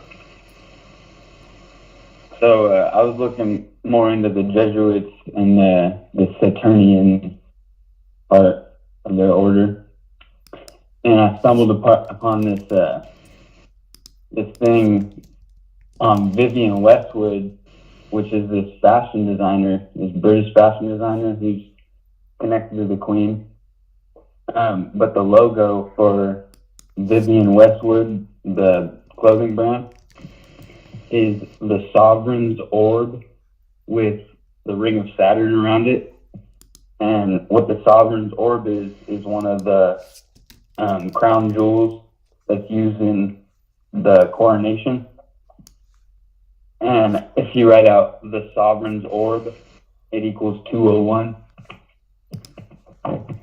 And hold on, I'm gonna pull up my notes. So yeah, the Sovereign's orb is 201, which is a hollow gold sphere, and around the middle sits a band of pearls and gemstone with an amethyst and gold cross sitting on the top. This orb is a religious symbol that represents the monarch's role as defender of the faith. So this orb is a symbol for the British monarch's alliance with the... Oh, hold on, we got a commercial. We'll be right back.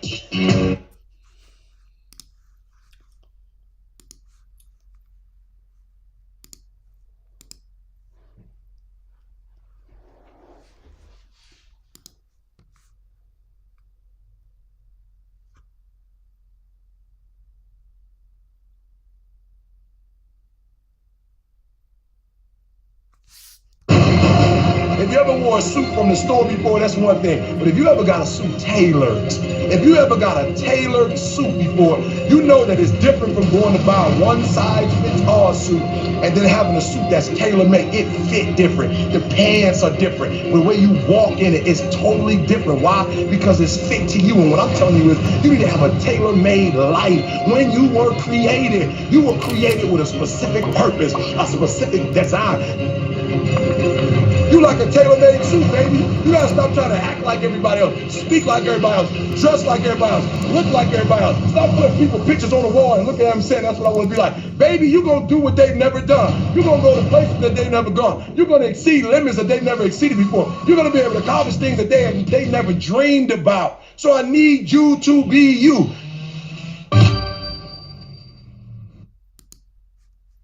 From the dawn of man, we have turned to nature to help attain balance within ourselves. But somewhere, we lost our way. Western culture is once again remembering the healing benefits of CBD, the non-psychoactive component of the hemp plant. That's why more and more people who use CBD report relief from inflammation and chronic pain, balanced blood sugar and cardiovascular system, relief from muscle tensions, tremors, migraines, headaches, anxiety, depression, and the list goes on. The big question is, where do you get it? IOLife is a 99% pure CBD oil made with all organic ingredients, and it's available to TFR listeners worldwide. If you use coupon code TFR at checkout, you'll get $5 towards your order. Head on over to iolife.com now. That's AYA life.com. If there's something you want to achieve, you can achieve any freaking thing you want as long as you know what the goal is. That's why goal posters or goal boards or even just telling someone what your goals are, writing them down is so important, because once you can identify your goal, it makes it so much easier to work towards it. And that's something that I think our children are not being taught in the school system right now, is how to set a proper goal. It's like, hey, what do you want to achieve? Well, the teacher gave me these things I want to achieve. Okay, well, what's that going to do for you? Mom, I don't know. The teacher said I had to do it. Okay, that's great, but it doesn't teach them the logical thought process or the creative thinking process to develop a goal and then reverse engineer what they need to do to accomplish that goal. And we need more of that true goal setting in our society. Otherwise, we just have a bunch of sheep who have no idea what they're doing. They're just bumbling around. Don't be a sheep, be a goat. They're more creative and adventurous anyways. Be an ornery goat. No hate, no hype, no fear. You're listening to Truth Frequency Radio. We are TFR.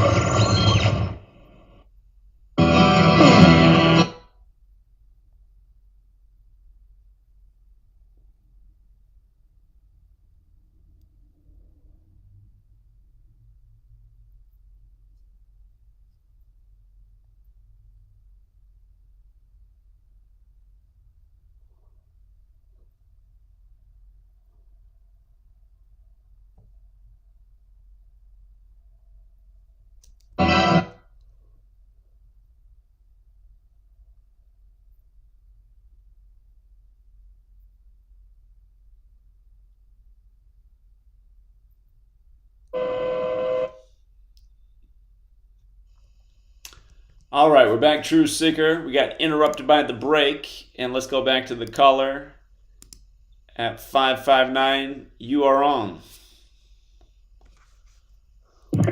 All right, so you have one of the crown jewels, which is called the Sovereign's Orb, which represents the British monarch's alliance with the Catholic Church. It's a gold orb with pearls and gems on it with a cross on the top of it. And the Sovereign's Orb is in the logo of the British fashion designer Vivienne Westwood. It is the Sovereign's Orb with Saturn's ring around it. And Vivienne Westwood has a huge connection to the Queen. She was regarded as the Queen of Fashion, and she was recognized by the Queen of England, Queen Elizabeth, multiple times, and she received 2 awards from her, I think. But if you look up a picture of Vivienne Westwood and Queen Elizabeth, it shows a picture of her holding the awards up, and she's got like 2 gold horns sticking out of her head. She's this old lady with like painted on like makeup and stuff, but yeah, so her logo is the Sovereign's Orb with a Saturn's ring, and Saturn worship is 201 and Saturnian Order 201. But yeah, the Sovereign's Orb is 201, and her first names, she went by Dame Vivienne. Sometimes she left out Vivienne and just went by Vivienne Westwood, but Dame Vivienne equals 201, and she just died back in December, on December 29th. She died 38 days or not 30, 38 weeks after her birthday. And then it was also a date with 83 numerology. And I think that's all. Yeah, good catch also on the Dame Vivian, but I did cover her death. I didn't realize her logo had all that Saturnian symbolism in it, and it makes the 1229 death make even more sense. And by the way, I've talked about how in this little town I moved to, the Masonic Lodge and the police station are all in the same building. Today I looked more carefully at that building, and I realized the address for it's 1229. I said, how about that? 1229 too, the 201st prime. How about that? So, but yeah, the Sovereign's Orb, that big. Yeah. I wanted to ask you, like, if you could tell me more about the Jesuit Saturn connection. I know the whole black cube thing, but if there's anything else you knew. Well, it's, again, just Saturnian order, Saturn worship, and sacrifice to Saturn all have that 201 connection. And then you got the first Jesuit Pope born on Saturnalia. And in light of the sacrifice part, I mean, you have things like Beau Biden dying 201 days for the Pope's birthday. 2 years ago, on the Pope's birthday, you had the death of the Indianapolis Colts lineman's son or child. And again, Indianapolis is the only 201 town in America, so it seems obvious that there's a clear connection with the Jesuits and Saturn worship through the Pope's birthday, and then also through the 201 their code. The medieval logo with the lowercase IHS. The H looks like the sign for Saturn. Okay, that's an interesting thought. Yeah, I noticed that the other day. But yeah, that's all. All right. Yeah, great additions. Appreciate the additional research. Thank you. Yep. All right. Take care. All right. What's up, Evan? Hey, Zach. So I wanted to go over a couple things tonight. First off, I just recently made a video the other day called The Very Jesuit History of Texas. I'm about to post the link to it in the chat. Basically, just a quick summary. You have governors dying 20 weeks in one day after their birthday. You had there's the so-called father of Texas, Stephen F. Austin. His name equals 201. Also talk about the symbolism of the Lone Star flag and the importance of Texas Independence Day being on 3/2. Obviously 32 sun rays in the Jesuit logo. There's a lot more to it. The other thing I wanted to talk about was I was looking over your Patreon March Madness notes, and I noticed that you had the wrong coach for University of Texas. Is the football coach in there? Coach in there. Is it the football coach? I think you had the women's coach. Interesting. I probably clicked on the women. I'll go back and fix that. I don't think they're the team anyway, but yeah, I'll go back and correct that. And then the final thing I want to talk about is a couple weeks ago, I was back visiting my parents' house, and they were clearing out some books. And one of the books was Art of War by Sun Tzu. So I'm going to start reading that soon. It only takes like an hour to read. So. Okay. All right. I'm finishing up another book right now. So once I finish up that one, then I'll get to Art of War. Okay. It's more like a book where you got to like stop and pause and think about it though. So. All right. Well, I'll let you know what I think about it. All right. We'll keep up the good work. You guys, his channel is not a sports journalist. The Very Jesuit History of Texas is latest video. And how weird, like Rambo's talking about Travis Barker, then Shawn Kemp, whose middle name is Travis. The news of him breaks in the story. And now I go to his video and it's just flashing Travis on the screen. It's like, ever since I made fun of Travis, we just can't get enough of this name. What's going on? Twilight Zone. La Abra, California, 562. You're on. Zach. Yeah. Zach. Yeah. Hey, thanks for taking my call, man. Hey, real quick, I just wanted to let you know that June 1st would be a good time to come out here, man. I'll get you that hotel room, and we'll get some action going. I guess they're going to raise the pride flag on the public building there in the Civic Center in L.A. That'd be a perfect, you got 2 months. That'd be a perfect day to get out there. We'll all dress up in our cowboy boots and our thong and our cowboy hat and just protest that pride flag going up on a city building. Unbelievable. I'll see if that's what the chat wants. Do you want the truth seekers in cowboy boots and thongs? Is that what we got to do to get out the word? Maybe that's finally it. Maybe Tucker Carlson will finally have us on. So. Okay, man. I'll talk to you. Bye. All right. Take care.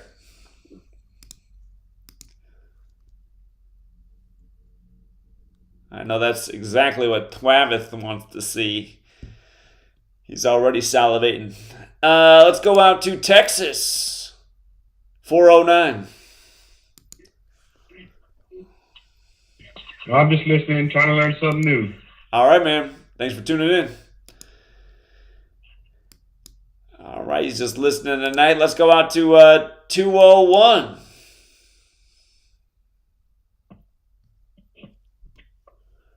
Hello? Hello? Hey, have you heard of a Babylonian Talmud? What did you just say? Have you heard of a Babylonian Talmud? It's a specific Talmud for Babylonians. Oh, Babylonian Talmud. What's it called? It's just Google it. It says Babylonian Talmud. It's basically, it teaches that if somebody, let's say, put you next to a tree and tie you around the tree and you die, they're not going to be responsible, the person who tied you to the tree. So it's like I don't know how to explain it. You need to read it. So it's like they have the belief that if you kill somebody like indirectly, like you're not responsible. Like those vaccines, the shit in the McDonald's, those the earpods that people use, it's all part of it. It's like this is their teaching. Like it's like it goes in 5th grade. It's very like intrusive for a child because they teach us this at the age of 10. Okay. I'll have to look more into it. Yeah, so all those vaccines and all those scare and those, it's all part of it because this is their relief. They are responsible. Like you have to be smart to see through the BS. Indeed. I mean, it's been for like thousands of years. Right. Yeah, all of this stuff goes back to Babylon. So. Yeah, and also I have a point about that. Do you know that actual London Bridge is disassembled like 50 or 60 years, and then they moved the actual bridge to Arizona State? Do you know anything about this? What is the connection to Arizona State? Some billionaire just disassembled the London Bridge, actual London Bridge in London, and they brought it to Arizona State. I didn't know that. Yeah, I mean, obviously it's not just some silly joke, right? It's some ritual going on. Okay, I'll have to look into that as well. That's news to me. All right, that's it. All right, appreciate it. Thank you.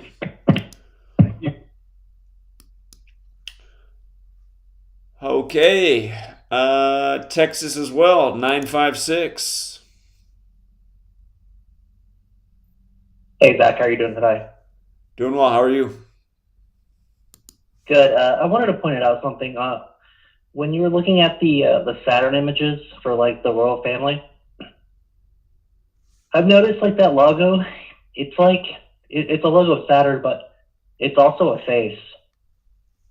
It's hard to tell on the black one, but if you look at the white ones, like the smaller ones, the edges of the rings are actually eyes. It's like this weird alien-looking figure. They actually put in a lot of things. Just like numbers, they actually use this image like in pop music videos, rock music videos. During the Super Bowl, most people just can't see it. But for anyone that doubts it, they can, I think this song's called The Other Side, Red Hot Chili Peppers, at 148. If you pause it just right, the drummer, Chad Smith, yeah, his two faces turn into this being. It's super creepy. There's different logos, but I see you brought it up. But I'm looking at the one next to the black V. You see the white one, the little one, on the Saturn image. Yeah. Okay, yeah. You might be like too close to it, but like I said, if you step back a little bit, the edges, they're actually eyes. Like really weird oval eyes, almost like a cat. But yeah, they put this image, like I said, in a lot of stuff. Also, just want to thank you for your work. I'm starting to see it a lot more. Yeah, that's all I have for you. Okay, appreciate the observation. Have a nice day. Thank you. Take care. Okay, bye. Okay, let's go out to 707. 707, you're next. What's up, Zach? It's Brian from Sunday Night. How you been, man? I don't know if you remember me. Hello? Oh, yeah. Yeah, what's up, Brian? Yeah, man. I started a new job, so I've been so busy.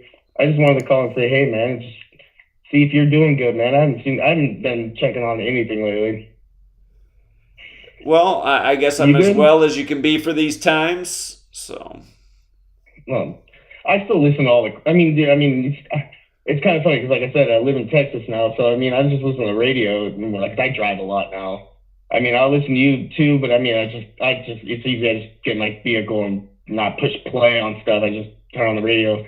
I just love listening to everything, and it's like no matter what, with the mindset of knowing there's something weird going on, you can literally hear everything, and you're like, okay, we were talking about this like years ago. Why are people catching up? Like now, now we're talking about it. Sure. Oh, now it's gonna make everyone divided again. Oh, I was checking in, man. I have my own thing going on. That was all. I just wanted to say hey. All right, man. Well, glad you're doing all right out there. All right. Well, no, I just know you don't do Sunday night anymore, and I'm just too busy, so that's all. I just wanted to say hey, man. Okay. All right. Appreciate it, Brian. Have a good night. Thanks for checking in. You too, man. Take care. All right. Let's go out to Boise, Idaho. 208. You're on. Yo, Zach, you hear me? Yeah, what's up? I just had a question for the chat tonight. So, wondering, do y'all like it better with less moderators? Because me personally, I do. I think it flows better, and there's like less, or like sometimes when there's a bunch of moderators, when the troll came in, there's like a race to block them, and then sometimes you'd like block them twice, and then like the second person it would unhide them, and it just would create a lot of clutter in the chat. And yeah, just how does the chat feel with that? Do you like it better with less moderators? I personally do. And that's it. Yeah, the problem is a lot of people feel offended that they lost their wrench. And it's like a lot of people, I've probably gotten the question like 50 times now at least, like, what happened to my wrench? It's like, well, have you noticed that like hardly anyone has a wrench now?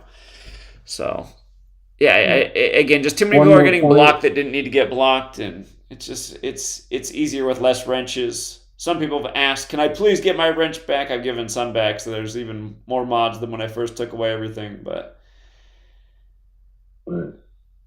So, and what I would say that is a lot of people like use the wrench as like a power symbol, or like they feel a type of way about it. Like, oh, you know what I'm saying? Like, instead of being proud of that, oh, I got a wrench in Zach's trap, you also be proud of join the Patreon. Brag about that, you know?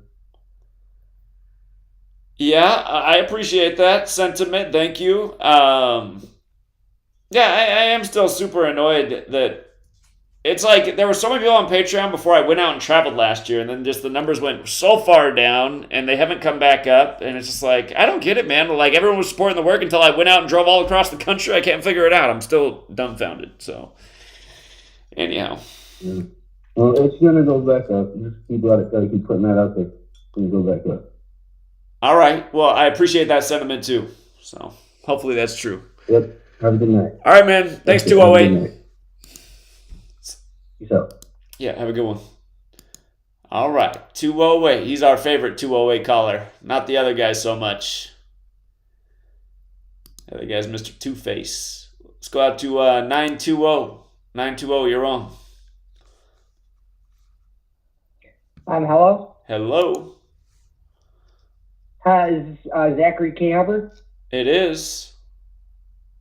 This is Ben Shapiro coming at you with the Ben Shapiro Studios. How are you doing tonight, sir? Your voice sounds even more effeminate. Well, you know, I took a lot of testosterone pills today, so I was trying to work on that. Drink a lot of Diet Pepsi. What's your favorite soft beverage, sir?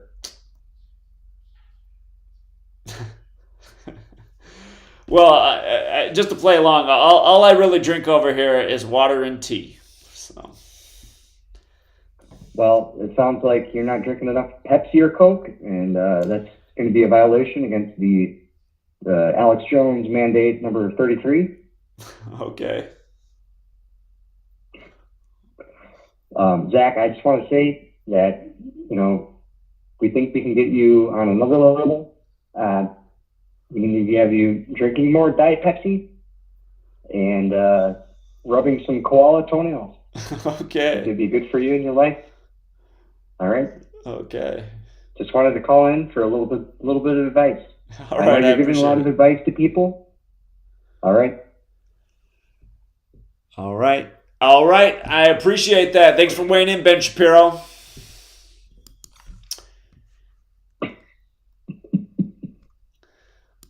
Thank you for. All right. No, just cut the shit. This is novelty. Am I still on the line? Yeah, you're still on the line. This is Novelty, right, the wingman of Truth Vibration Podcast. So. Yes, Truth Vibration Podcast, everybody. The Saucecast with Novelty. Check them out. Zach, you're a good guy. Been listening to your work for a long time, and you know, the Honey Badger told me you were live, so I called in. He's like, do the Ben Shapiro thing. Isn't Ben Shapiro's voice like more nasally? Like Ben Shapiro. I haven't heard him for like over a year. I gotta listen. I'm working on it. Yeah, I feel like you gotta add some nasally to that Ben Shapiro. Yeah, there's like something I'm missing from it. It's Ben Shapiro. Yeah, I think that's closer. It's like it's tough to get your voice like that cucky, you know.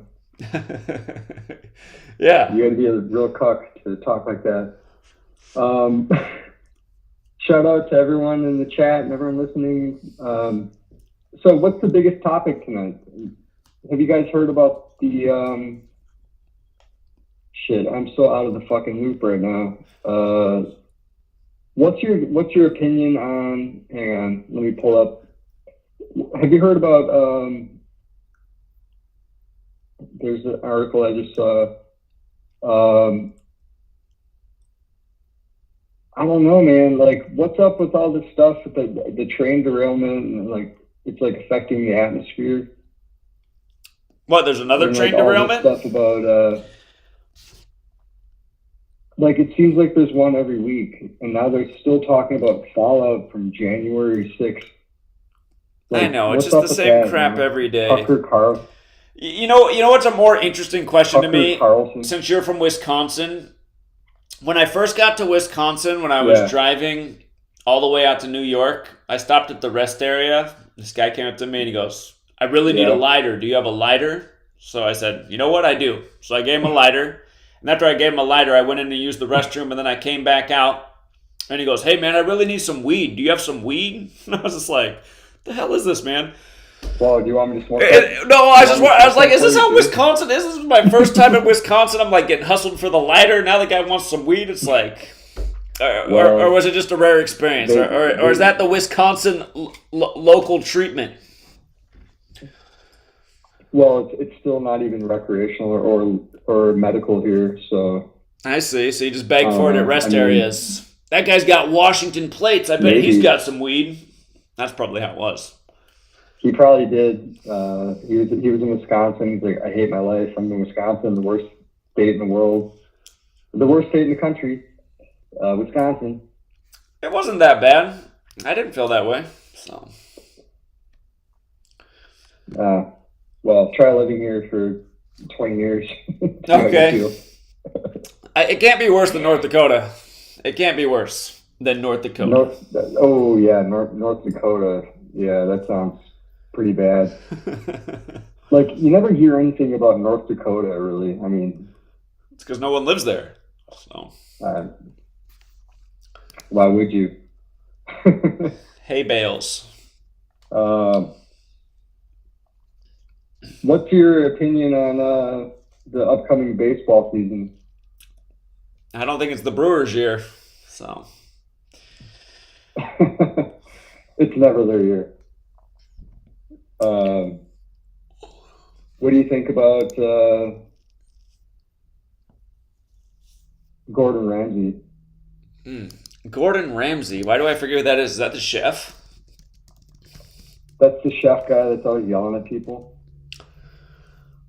Yeah, I don't know if I know Gordon Ramsay past his name, so. Kitchen Nightmares or Hell's Kitchen. Okay. Yeah. He yells at people a lot. He's always angry. Yeah, I don't think I've ever caught any Gordon Ramsay, so I guess I'm missing out. Oh man, you're missing out. Indeed. How do you feel about Walt Disney? What do you feel about Walt Disney? Like how his body got frozen. Do you think they're gonna bring him back to life? Yeah, you know what? That could happen sooner than later. Disney's about to celebrate their 100th birthday. Yeah. So because it's like, where do they go from here? Yeah. I mean, like seriously, just society is so stupid. Where do we go from here? Walt Disney resurrected. Walt Disney on ice as a block of ice. So. Yeah, he's floating around on a block of ice, like his frozen body is on a block of ice. They're like doing a bunch of. They put like some skis or ice skates on his frozen cube. Walt Disney. Walt Disney himself. Once upon a time. All right, we got a commercial break. A bunch of people come out. We got to go back. We got to go, Novelty. It's commercial time.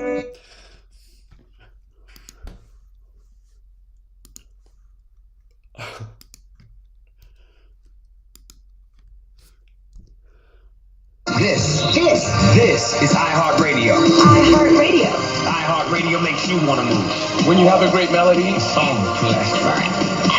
Instantly connected. I love it when the beat goes. Did you know you can listen to Truth Frequency Radio on iHeartRadio? Just download the app to your smart car, smartphone, or smart TV and get the best of TFR wherever you are.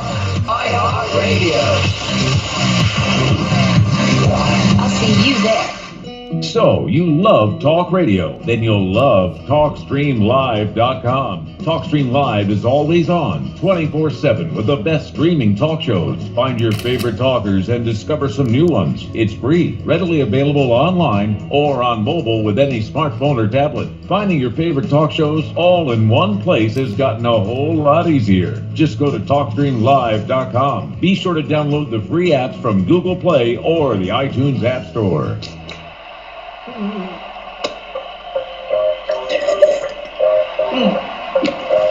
You don't hear them talking about COVID. To be specific, COVID-19. That name gets further and further away from China as opposed to calling it the Chinese virus. Kung flu, the Chinese virus. Kung flu, the Chinese virus. Don't you understand, you dumb son of a bitch? Calling it Kung flu, the Chinese virus. Testing is a double-edged sword. They test and they test. People don't know what's going on. We got this, they got this. You do testing, you're gonna find more cases. So I said to my people, slow the testing down. You know what? We got another one over here.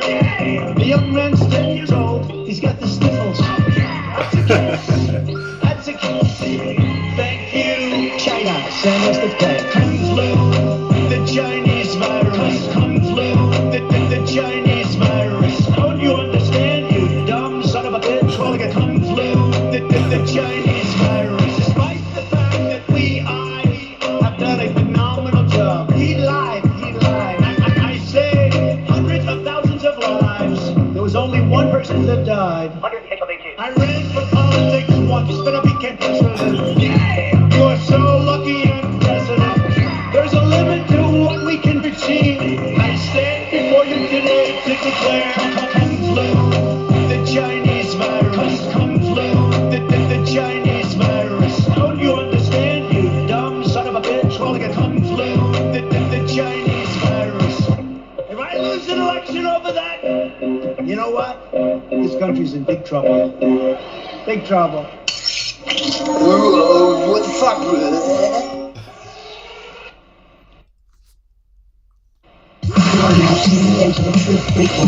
Your protection from deception. This is Truth Frequency Radio.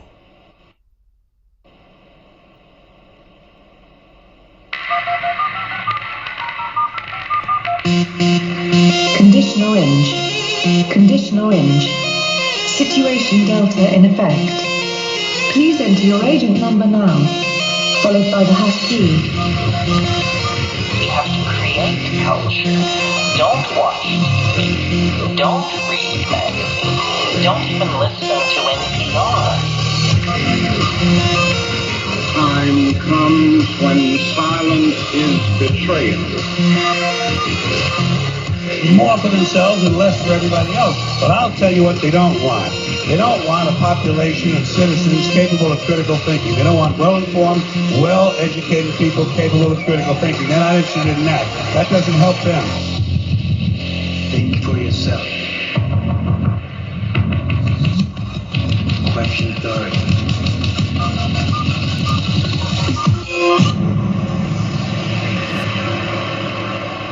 This code has been compromised.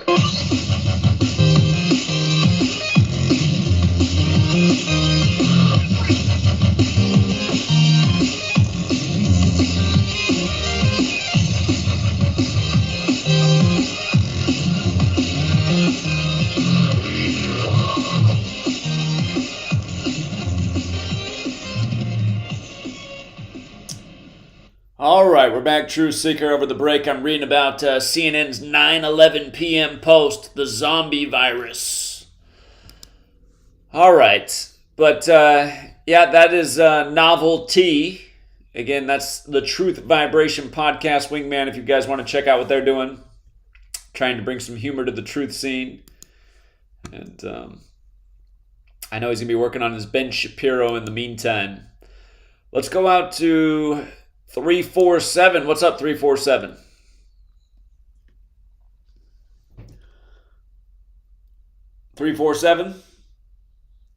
Hello?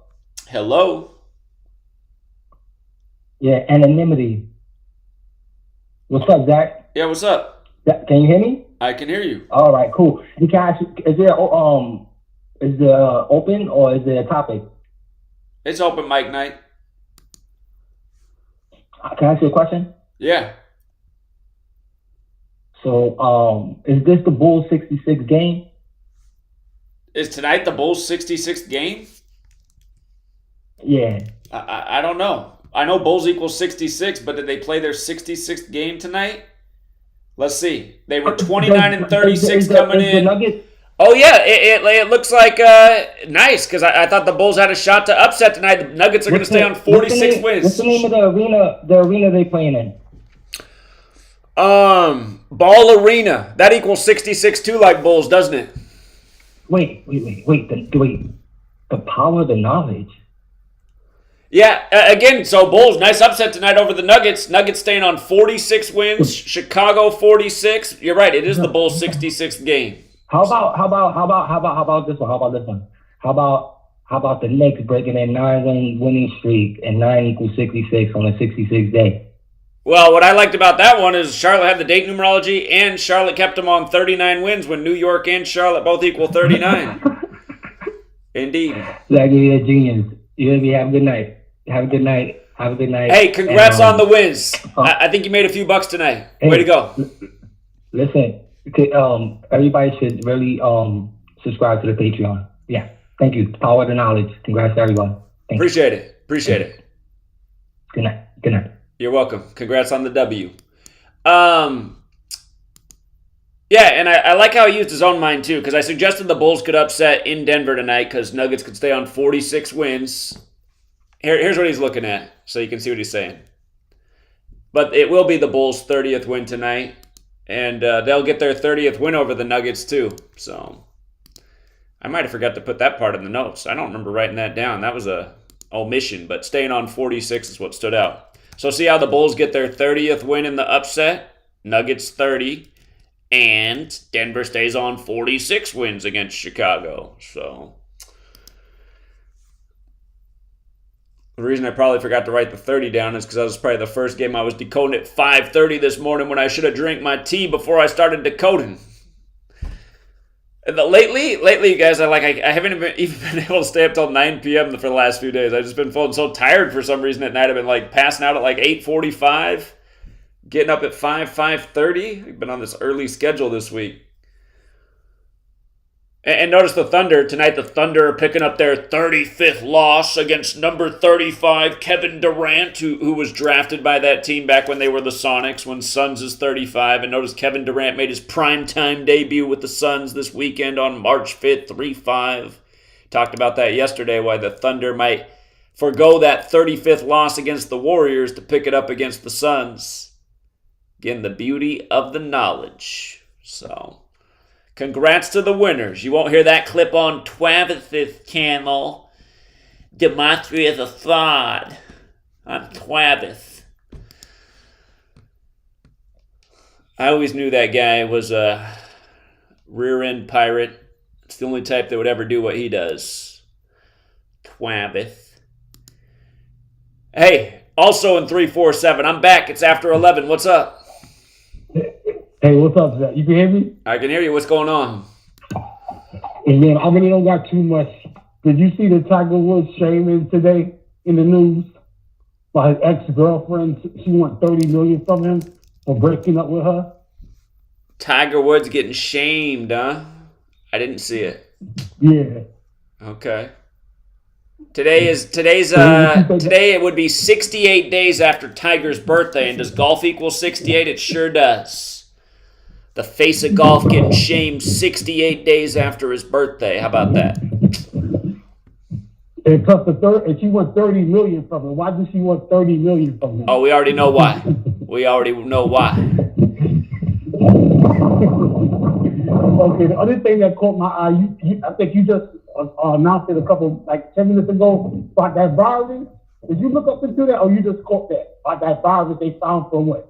1,000 years ago, some shit? Yeah, I just heard about the headline tonight. I haven't decoded it.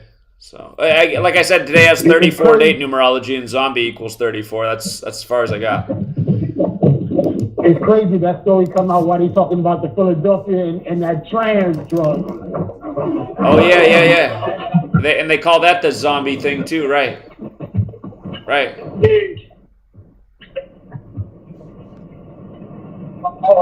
So that's basically. I really don't got too much. That's it. Those are the only two things that caught my eye. All right. Yep. Appreciate that. Shaming and the violence. Yeah. Very good. All right, I'll do the Tiger Woods thing too. Appreciate that heads up. Okay. All right, man. Appreciate it. Okay. Have a good night. All right, you too. Back to back in the 347. Let's go out to Akron, Ohio. 330. Hi. Hello. Hi. This information I have is classified, extremely classified. Okay. I shouldn't even be saying this, but I am. And I want to make this quick so I don't waste everyone's time. But so you know, truth does not exist, right? Yeah.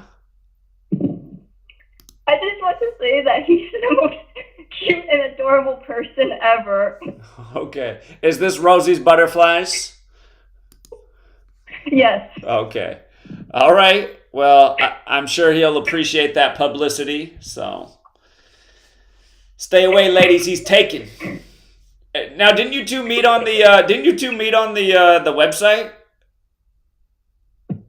Yeah. Was it the community website that you guys met on? Yeah, the old one. Yeah, okay. I want to say that truth does not exist. He took the community website and he created a dating platform on there, and I'm not sure if anybody else connected, but what I like is that he took the initiative, put that out there. He said, I'm going to meet a truth seeker lady, and then he met Rosie. So that's how you get it done. Yeah. All right, anything else you want to say? No, that's it. All right. Well, have a good night, you two lovebirds. Have a good night, too. All right. Take care. Bye. Bye. All right. So, yeah.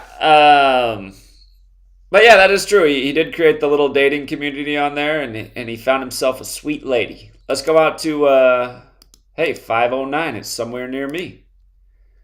509, you're on. How you doing?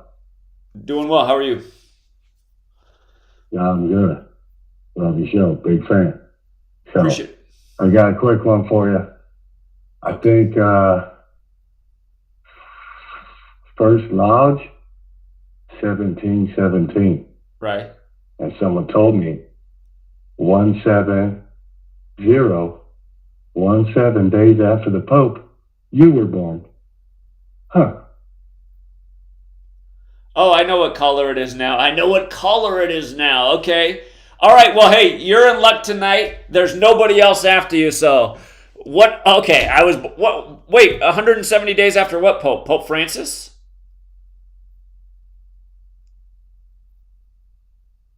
Did he already hang up? What kind of decode was that? He already hung up. Okay. That was like the dumbest decode ever. Well, let's think about it. My birthday is the 202nd day of the year. So that means I was born 216 days after the sitting Pope. Maybe he's talking about the Pope at the time. Okay.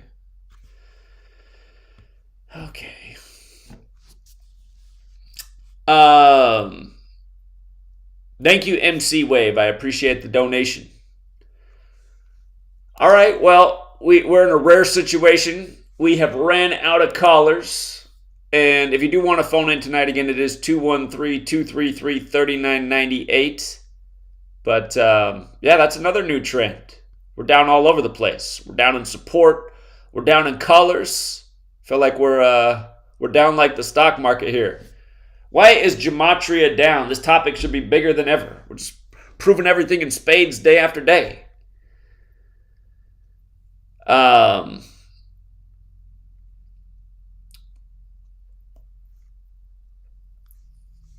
But yeah, if somebody just want to call in, because that's what this show's all about, is calls. Again, 213-233-3998 is the number.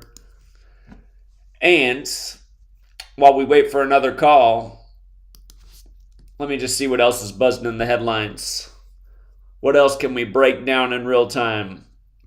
Governor Sarah Huckabee signs bill rolling back child labor protections. She went from Trump's speaker to governor. What state is she governor in? No, it's not Alabama. Arkansas. Governor of Arkansas. You know, stuff like this, like, I don't have any problem with that. I wish this country was like Mexico. I don't understand all these child labor laws. If a family wants their child to work at age 7 like they do in Mexico, good. They might actually learn something. Like, we act like every kid needs to be in slave school learning about Christopher Columbus and wasting the first 18 years, or what did I just say? Wasting the first 18 years of their life. Again, go get a job. You'll get paid and actually learn something worthwhile. So, I'm for it. Roll back all child labor laws. When a child's ready to work, age 4, let them have at it. So, oh my God, have you heard that guy? He doesn't think kids should go to school. I do not. Look at what it's done for America. It's made everybody a moron. DK called in, but so did 2 other people. I'm going to let the other 2 people go first because DK's always got a lot to say. 208. What's up, 208? Good evening. So you told me to go ahead and go because no one's behind me. Now there's somebody behind me. How you doing? Okay, well, now you're calling in from another number, but what else do we have? Yeah. Not much, man. I just, like I heard you say, the community's down. I wish it wasn't. Like, in general. I'm not talking your channel. I'm talking the community in general. When I originally came to this, was to share things, and we probably wouldn't have got off to the wrong foot had I not got blocked for basically no reason. Like I said, go back. I don't care. I'm not obsessive over it. Yeah, I call because you have a national platform here. That's all. I'm trying to spread the word of whatever. So you had a platform called the Bulls equals 66. They were founded on 11666. That's kind of weird, I guess. Wait, what day? But see, that's the problem with your decodes. They were founded on 11666. No, go ahead. What was just founded on 11666?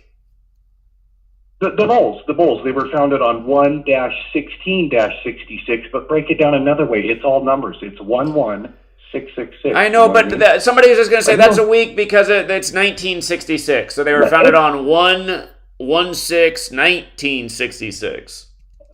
Yeah, take the dashes out. Take the backslashes out. It's 11666. I mean, I don't know how that's a weak decode. I don't understand. Because if you make that argument to somebody, I just told you how they're going to say, "Well, you're taking out the 19s." So who is? Because I've had no issue with that. So, anyways, that's like I said, I'm not ever trying to be combative with you. The idea of the community is to be a truth seeker and to spread the knowledge. That's all. But that's not what you do, right? You're like a lying, two-faced slanderer that spreads misinformation and just lies about people. Am I? Yeah, you are. Am I? You are. How? How could you? How could you not know that that's true about you? How could you not know that's true about you? Because it's not. It's not. So you didn't go on somebody's show. So you didn't go on somebody's show and say Zach's the kind of person who doesn't want other people to get attention. Did you not go out and say that? It kind of seems like what it sounds like. How could it possibly seem like that when I built up 1,000 people? I appreciate that. Yeah, adios. That's awesome. Adios. You're a total tool, a fraud, a scumbag, a loser, a liar. Just, you represent what is wrong with the world. And again, you guys, it's like, he starts threatening. Somehow he gets a hold of my number and starts spamming me with text messages and threats. And it's like, okay, I haven't done anything to you besides let you talk for 10, 15 minutes of time on the show. I mean, just total trash. And also hangs out in those places on Saturdays. Go figure. What's up, DK?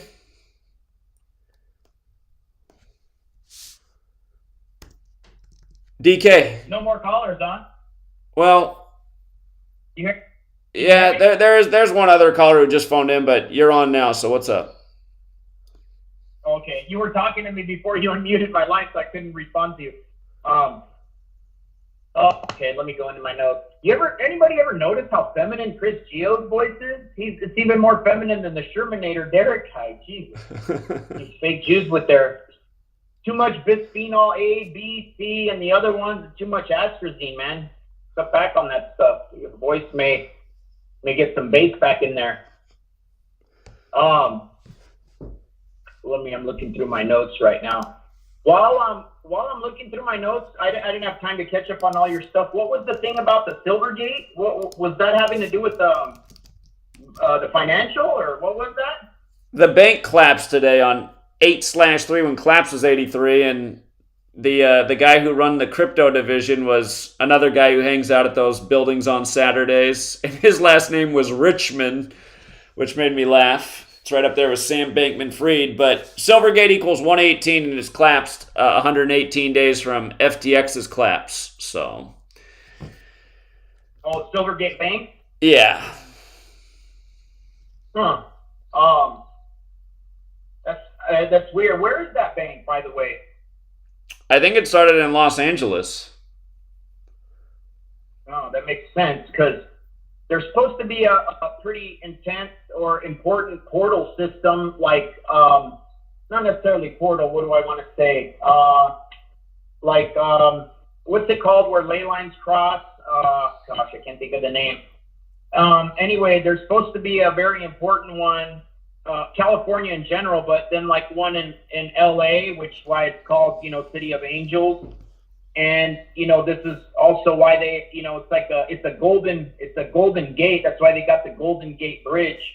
So I was wondering why they got this one. Silvergate just crashed, and then they're about to flood everything, I guess. So, gold being the male, dominant energy, metal, and silver standing for the female energy. So I don't know if that has anything to do with anything there, but it seemed a little odd that they're using these names. What else? And then so what you were talking about, they're about to announce Trump's going to run again. Well, Trump announced he's running. I think they're getting near announcing that Michelle Obama's going to run. So yeah. So remember last time Trump obviously couldn't beat a man. So they had to take Bernie Sanders out because Bernie Sanders would have wiped the floor with Trump. Now they're going to put him against another man, Michelle Obama. He'll lose that one for sure. So they're going to have to either replace him with the real chick. Yeah, imagine that for the Trump tards. I mean, he can't even beat an actual man. If you want to call Biden a man, Biden, he can't. Anyone that even looks male, he can't even beat. So they have to get him against chick, which is hilarious. There's this one funny thing that I was talking about the pyramid to somebody, and then it just rang a bell. I was like, oh shit. Zach's always talking about the pyramid and the 201 remaining layers of stone from the bottom to the top. And then, so remember on 9/11, 2,997 people died, right? Or they claimed. Right. And then Steph Curry broke the 3-point record, also the same number, 2,997, right? And then the chick came out and the French Open, Roland Garros, was that in the finals or whatever, the big sign saying we have 2,997 days left.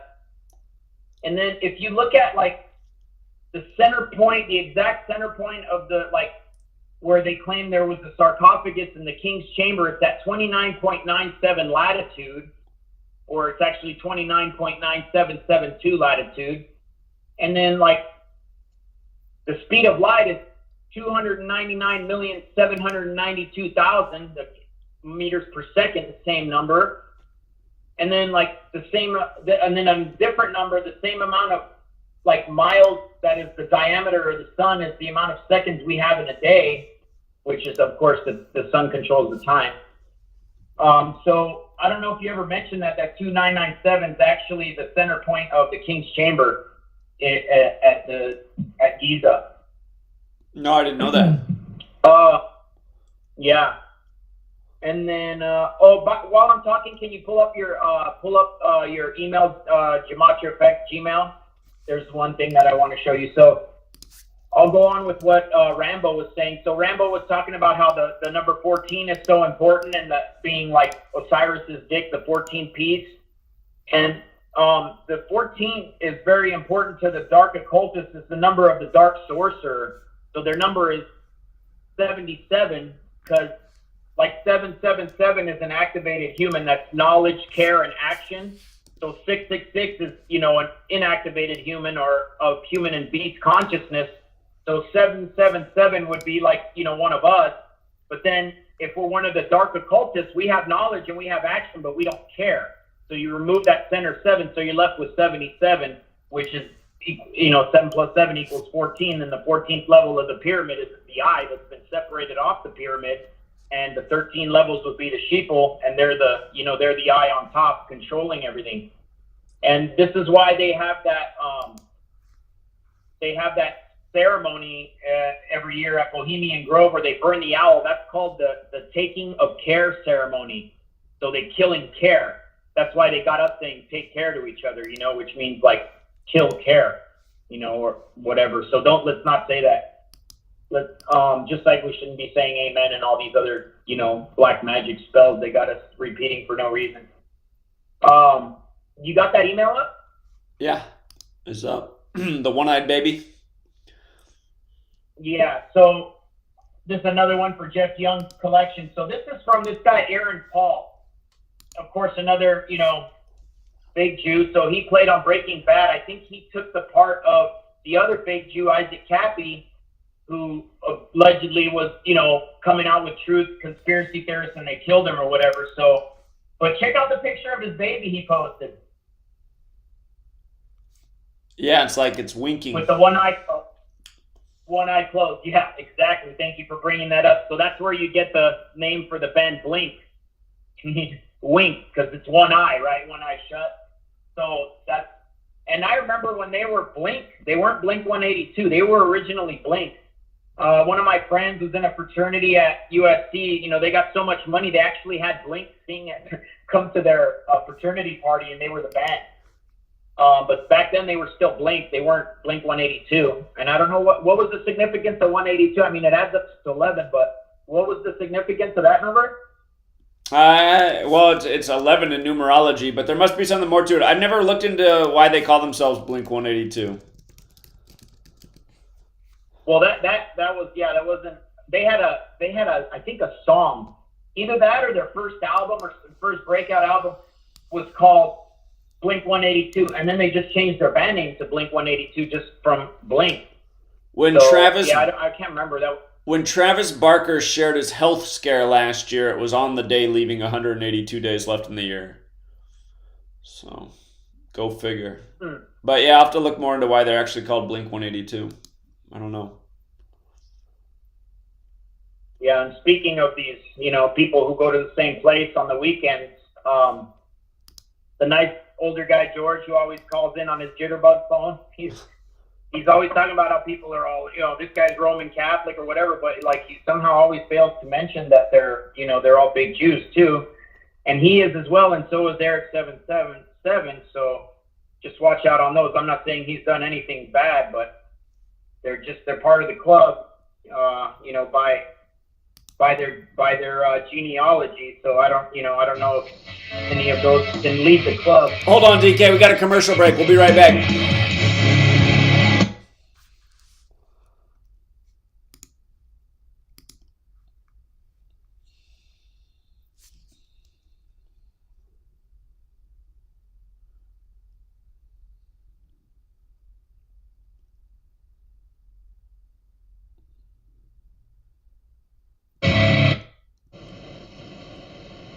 Self-motivation. You got to motivate yourself. I found out you can't change people. They can change themselves, but you can't change them. People have to change themselves. Good people are not trained, they're found. So you got to find the right people. That's the key to getting a good job done. One of the major things we learn in management, lesson 1, don't send your ducks to Eagle School. Because it won't help. I mean, I'm telling you, it won't help, no matter how good your school is.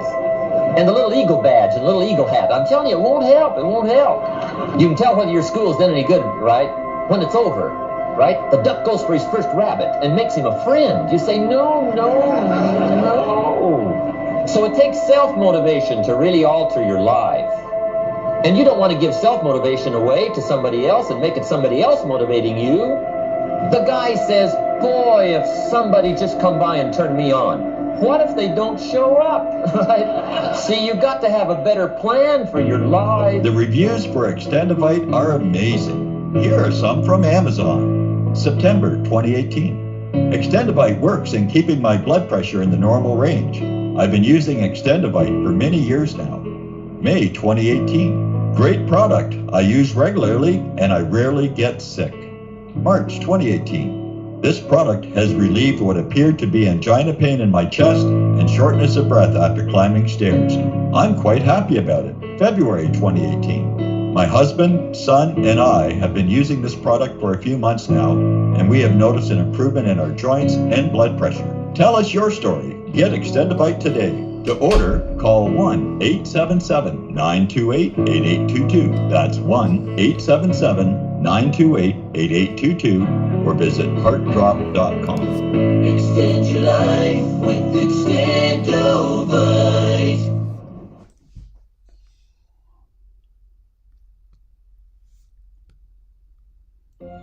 For millennia, mankind has been searching for answers to the big questions, such as, where did the universe come from? Where did we come from? Why are we here? Are we alone? And just what the heck is the Sasquatch all about? I can't promise you answers and neither can the Woo Crew, but they invite you to join them Friday night at 7 p.m. Eastern, midnight in the UK, for Freaky Friday, exclusively on Truth Frequency Radio. Spirituality, multiverse, quantum mechanics, the occult, and so much conspiracy analysis that it will make your mind melt. Take my word for it. Freaky Friday. It's more than a show. It's a way of life. I am Stephen Hawking, and I am proud to be a Wookiee.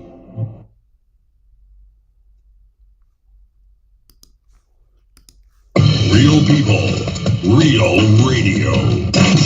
Wherever you are, make it TFR. Truth Frequency Radio.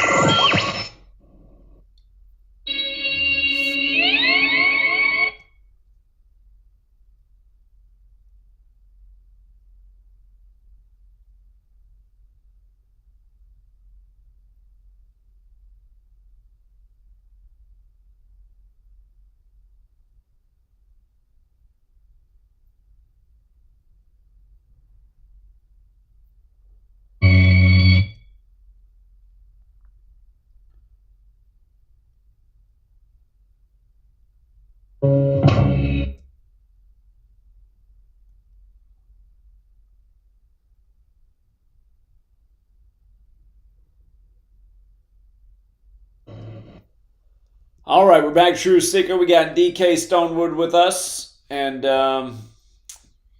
he's going off on the Saturday Club. What's up, DK?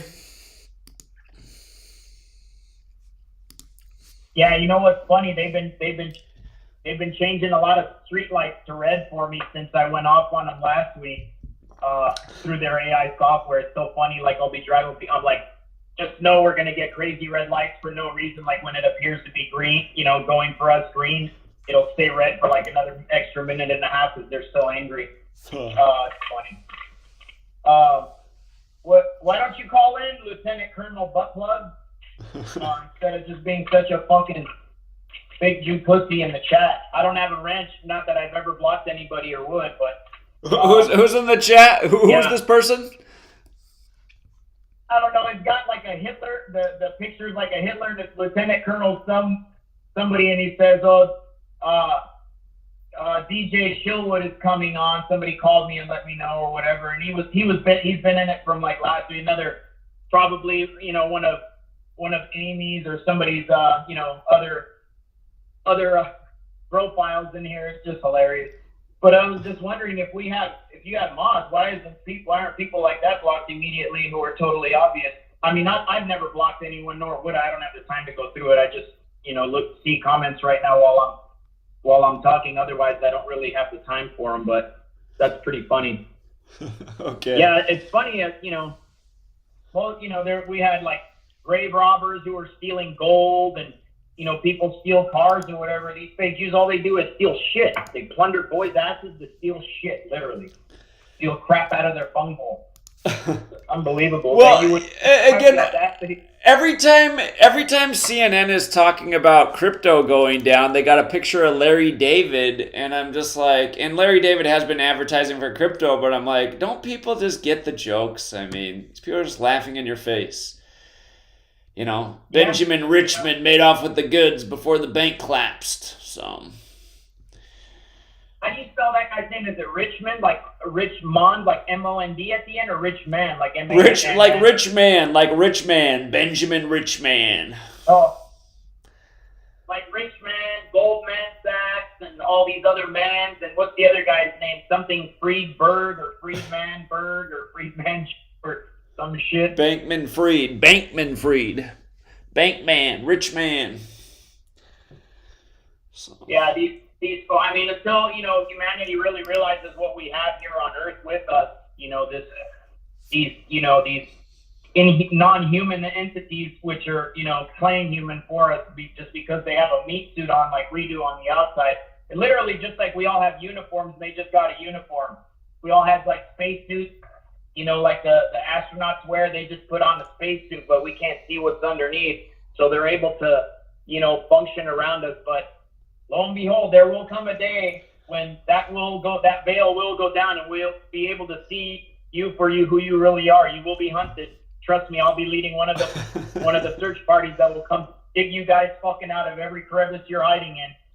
So just so you know, don't be around at that time, because I may be the one who comes and gets you. I've already told a couple people that I know in my life, some neighbors and such, like, hey, listen, don't be around when that day comes. I'll come get you first because you're closest.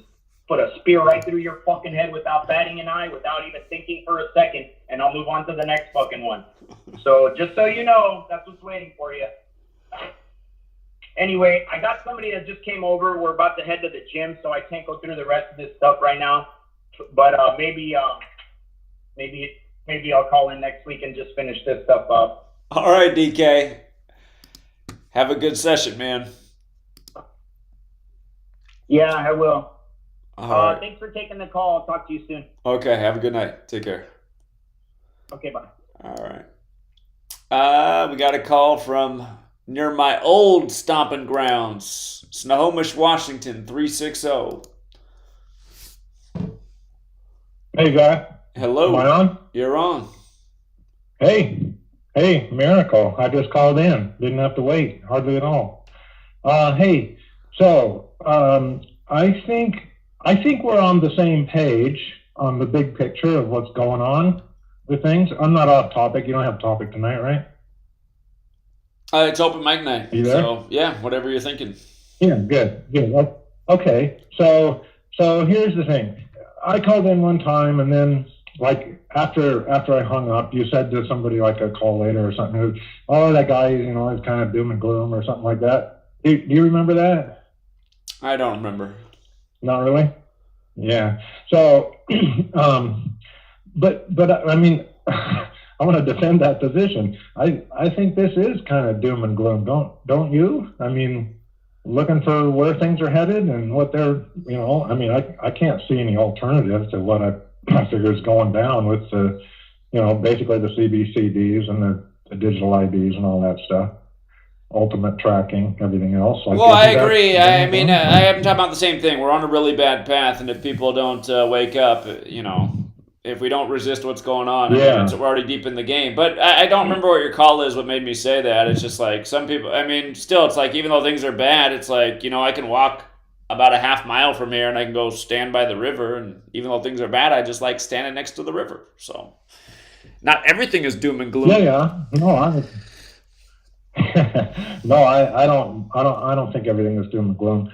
I think our situation is like as creatures, human creatures, whatever you want to call us, is. I mean, because of this is, to me, as far as I can tell, they've done this routine like lots of times before, of and especially in terms of screwing around with the money, right?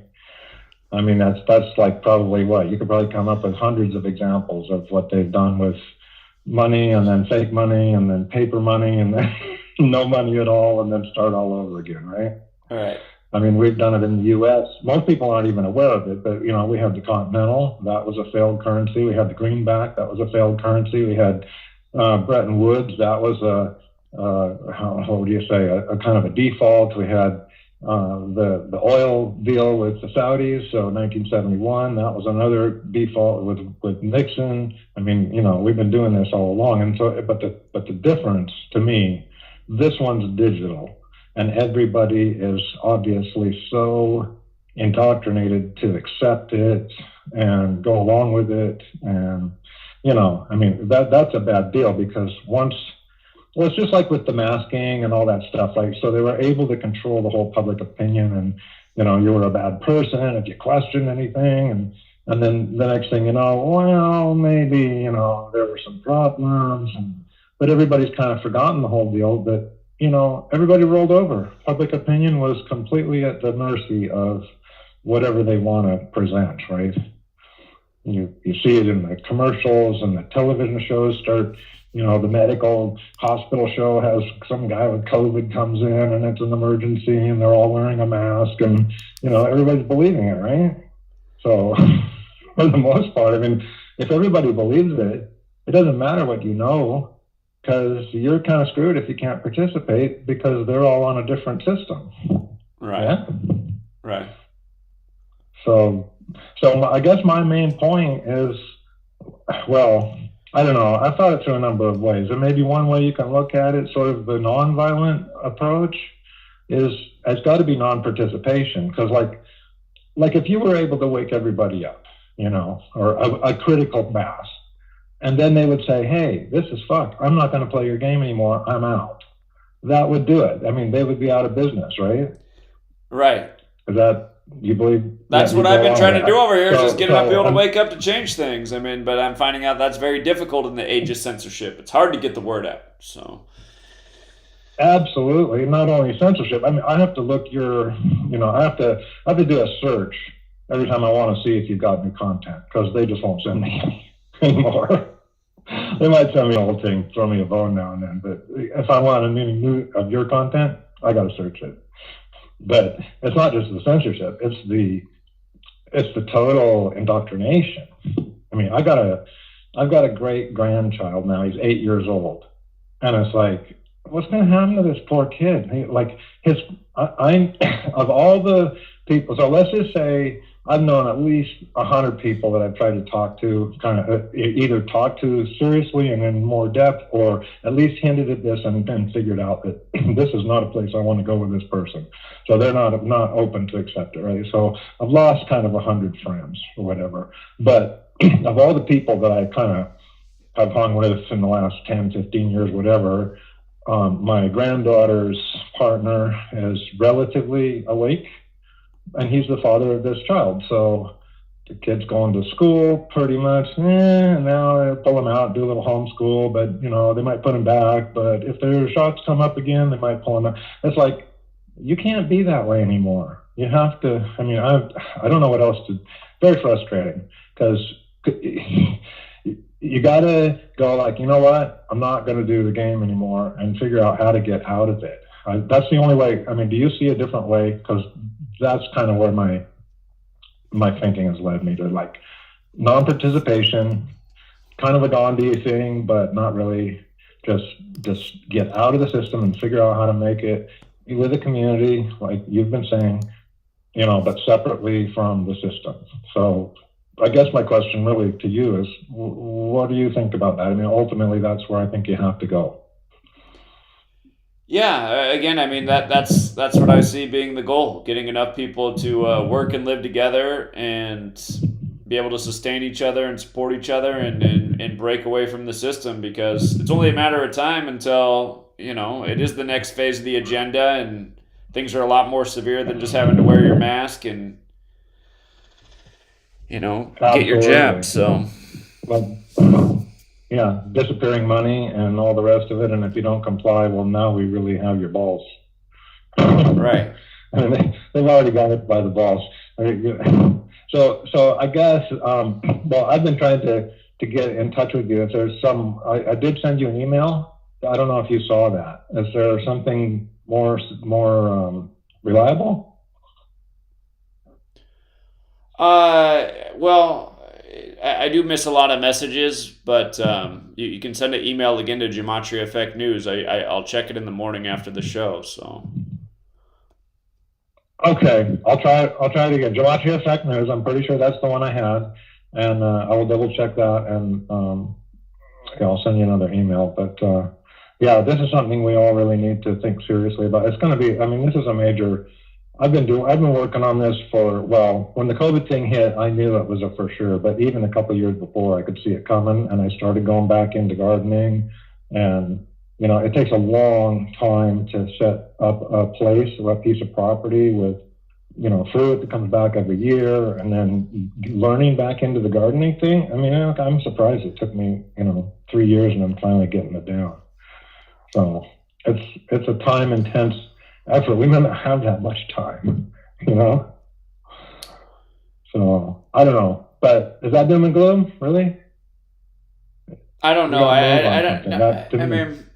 No, I mean, I don't remember what you said last time. I don't remember what the point of your message was last time. It's kind of my same message, the same thing. But I mean, it's just a matter of it's urgent, right? Yeah, things are urgent. We need things are urgent, but yeah, I mean, we're deep in the game right now. It's just I was trying to get people to wake up before 2020 came. I knew it was going to be bad news in 2020, so. People are Absolutely. more sound asleep than ever, so it's kind of disappointing. But yeah. So my message is we got to get organized and actually we got to do it not on the radio. We got to do it with secure communications and maybe private meetings with whoever people we can kind of put together and make a core group. And because it doesn't just happen. We're not going to have 50 people. We're going to have to start with 2 people, which maybe that's you and me, and then bring in a third and a fourth, and evolve. Yeah, that's the thing. It's hard to find reliable people. I mean, the last year for me has just been God, look at how bad people are. People suck. All these people that I've done nice things for, just turning into backstabbers and just going along with the biggest losers on earth. It's just is this what would happen if we had a community too? It's I don't even know if I want to. Yeah, it's just I don't know. I gotta be honest. We do need to form a community, but this last year, it's I don't know if I want to form a community with anybody, man. What this last year has shown me is people really suck. So people are losers. That's what the last year has reinforced for me. What I already knew my whole life. People suck. People are losers. Most people just stay away from me. So.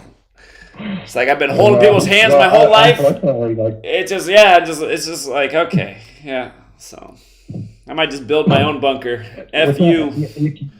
You can't build your own bunker and make it on your own. You need other people to trade with and to do different things. I know that. I know. I'm being sarcastic, but it's less God. It's just people are so bad. So what are you gonna do? Maybe some select few will come out of the woodwork. We need to work on that, you and me, okay? Try to find those people. Yeah, indeed. All right. I'll send you an email. We'll talk about it. All right. Appreciate it. Thanks for taking my call. Yeah. You have a good night. Take care. Okay. All right. All right. Truth Does Not Exist wants to phone back in. What's up, Truth Does Not Exist? Hey, Zach. Since there's not much show left and there's not too many people on, something that the other guy was saying that I kind of wanted to chime in on. Something else, it's a similar topic. But, something else is that, if we if we rebel against them, a lot of people are probably like, oh, what happens if we don't have enough guns, or what if we don't have any guns? The thing is that we have their technology, because I mean, they have technology, but we have technology too. We have all the technology that they have, and we can use that against them. There's a lot of stuff that we can make with the stuff that's just around us, that can be used against them.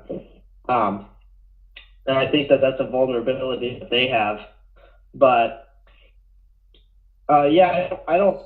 We should be too discouraged about it, and I honestly don't think that we should be too discouraged about the backstabbers either. I mean, those people are just a joke, I mean, those people have probably been like that for who knows how long.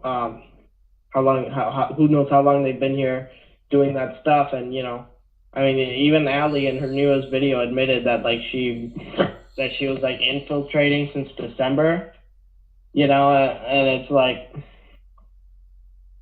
Yeah, it's a lot of people that leave, will usually, exhibit, some kind of weird behavior before they start doing the troll videos and, backstabbing or whatever.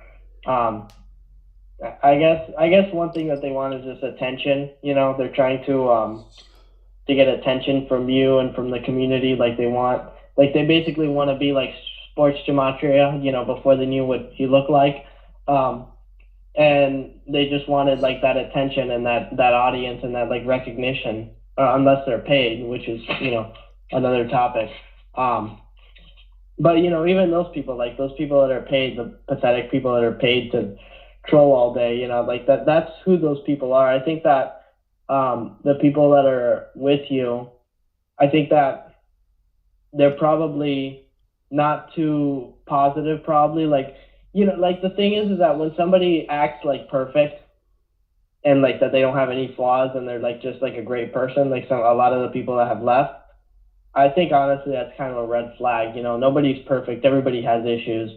And if somebody comes off as that they're they don't really have anything wrong with them, they're just this perfect person and they're so nice. Nobody's like that. So usually somebody like that's a faker. Maybe that's something to look out for, is that I think that a lot of the people that are real, I know some of the people that are real, they're real, they're real. They'll tell you what they think. They have an open, they don't have any filter, they'll say anything if it's the truth. I think those are the kinds of people that aren't going to leave. And I also think that those are the kinds of people that haven't turned on you. It's mostly been people that have been, so they've been non-controversial, you know what I'm saying? Like nobody would ever have any reason to hate them. They're like everybody likes them, there's nothing, they don't have any issues. And the thing is that nobody's like that. Hey, I appreciate the message. I'm going to let a couple more people call in, and we're almost out of show. I'm just going to let some new voices get on, but I do appreciate the thoughts. So. Okay, well, yeah, you get to those other people. You take care. All right, you too, buddy. Have a good night. Good night. Okay. Arlington, Texas, 817.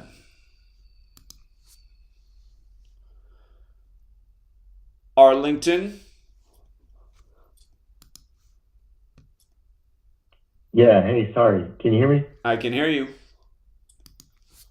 Yeah, so I'm sure you looked at this a long time ago, but I was just, somebody brought up Steve Irwin the other day, and his death just has bullshit all over it. First of all, so his wife, Terry Irwin, Steve Irwin's wife, was born in 1964, right? And they got married 46 days before her birthday on the 4th of June, 4/6. The Crocodile Hunter series aired 64 episodes. He died 46 days after her birthday. And Steve Irwin Day is November 15th, leaves 46 days left in the year. And, it's sacrifice equals 46. He died at 44 years old, too. Yeah. And, yeah, it's just crazy. And the Crocodile Hunter equals 94. He died on the 4th of September, 9/4. There was like one witness. His name was Justin Lyons. You know, you're talking about names earlier. All the footage has been destroyed. She's her maiden name is Rains. It's like a Jewish Ashkenazi name. That doesn't have anything to do with anything. I was just gonna mention that. But yeah, that's it. Stingray for the records, 49, like how the date he died can be written 49. They said a stingray stabbed him. Yeah. Recorded worldwide since 1945. And his is like the only death on film, but they destroyed it all like the Roger Goodell or something, you know? Right. Yeah. R.I.P. Crocodile Hunter.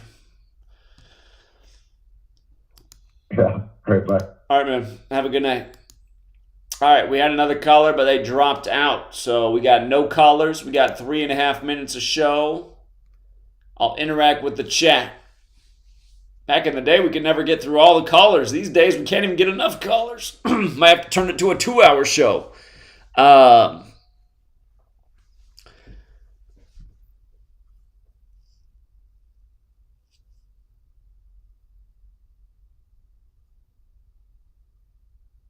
Somebody in the chat says we just need to drop the egos and all come together. Yeah, ego is really the problem, but so is idiocy. A lot of dummies out there. Zach's a shill. He's gatekeeping the flat earth.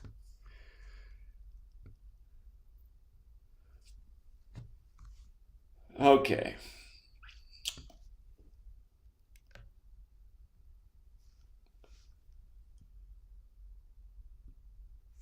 Yeah, you would think there would be video evidence of his death since he was on TV so much. All right, hold on. We got 2 new callers and 2 minutes of show. 210.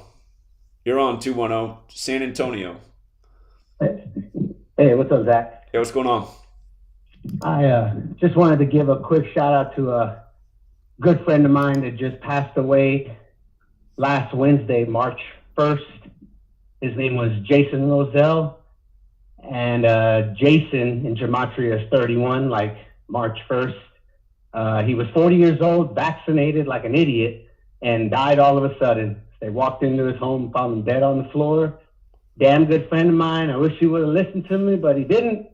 So I hope he can hear it through these frequencies that are going out there. And Gematria is the real deal, man. It really is, sir. That's all I got for you tonight. Well, I'm sorry to hear that about your friend. Thank you for calling in, though, and sharing that. Yeah. R.I.P. I appreciate that. Yeah, it's bullshit, man. It's going around. Too many of them. Starting to hear too many stories of sudden death. And I remember growing up, I never heard about sudden death. People die, but all of a sudden, 24-year-olds, 40-year-olds, 35-year-olds, 38-year-olds just dying all of a sudden. Damn good people, too, that would do anything for you. This world's fucked up, but I got your back, brother. Fuck all those trolls out there that are trying to come at you just because they're jealous that they can't make the money that you can because you broke the code and you do it the right way. So fuck them all, man. You have a good night. Appreciate it, man. Thank you. You have a good night. All right, that's sad. Let's go out to Kansas City. Kansas City, we got 30 seconds to show left. You're going to close us out. Yo, what's good, Zach? Hey, what's up? I seen that new Creed 3 movie, right? Okay. And I had seen they had called it the number 42 in there with Sorry, man, the music started. Call us back next week, Kansas City. Sorry, the music will drown us out. See you next Wednesday, Truth Seeker. All right. That is the end of the TFR show. Again, I cannot control the commercials or the music or any of it. It's all on timers. Every week people are like, why do you have all those commercials on Wednesday night? For years, I didn't do this even on YouTube. It was only on TFR, but then people asked me to start streaming it. And then Chris Geo actually encouraged us to start streaming it. So it's been on YouTube for, I don't know how long I've been doing it on YouTube now. 3 years? Time flies. Probably been doing it on YouTube for 3 years, but yeah. Oh, yeah, right. The Matrix had to get out his tip jar. Yeah, right. The Matrix, man. This guy, he's just too generous. Yeah, right. The Matrix. I appreciate it, though. He says, for the great work, send some energy the last few minutes. Much love, everyone. I appreciate it. You've already sent a lot of energy and money. And again, I know things are going well over at your household, but I just think, man, he's got some kids. Save some of that tip money for the family. So,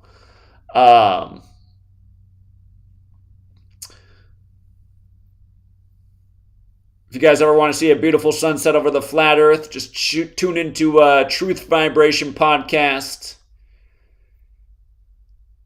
He's out there in sunny Florida, beautiful place. Perfect proof of the flat earth. He documents the flat sun rays and all. Truth Vibration Podcast with Novelty. Let's see. What else is going on in the chat? The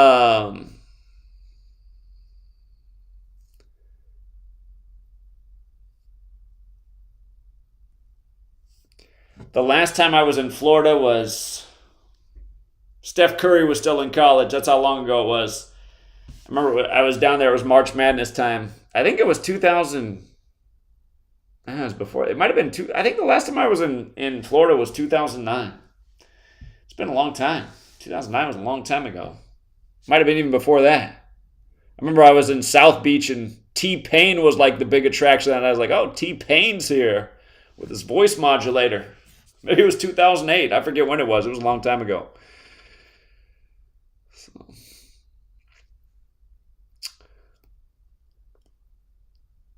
That football player just ran over somebody down in Miami.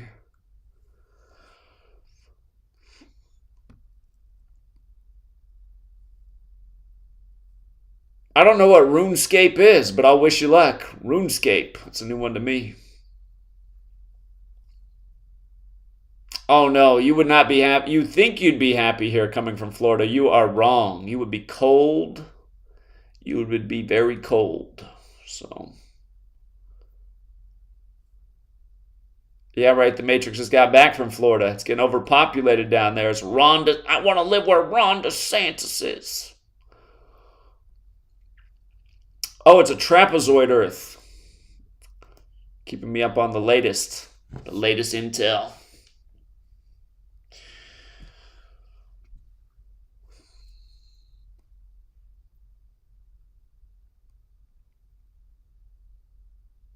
Florida's definitely a better place to be. You're closer to the equator. You got a longer growing season. There's no reason to move up here, trust me.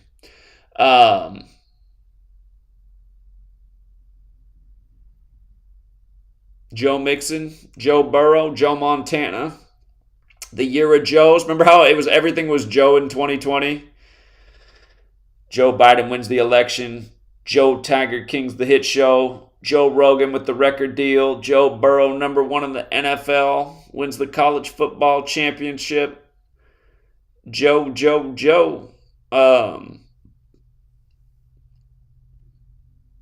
Mike Epps speaks about his loaded gun today, huh? 3883, yeah, go figure.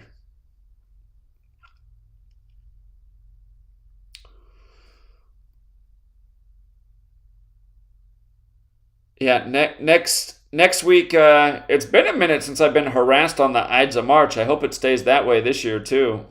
The Ides of March, every year I'd have something happen to me on the Ides of March. Book banned, revenue cut off, all my accounts hacked. Next Wednesday, Ides of March, we'll see. Casey and JoJo, those were the days. Casey and JoJo. Jodeci's over. It's Casey and JoJo time. What happened to the rest of Jodeci?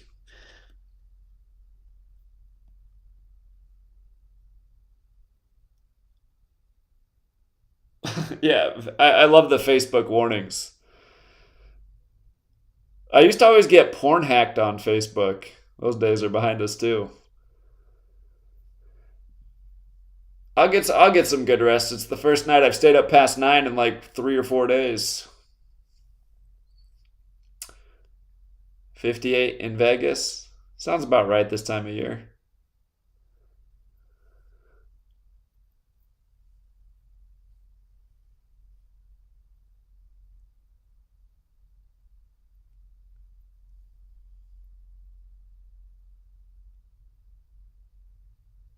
Glorilla to shut down an armory across the street from Masonic Lodge.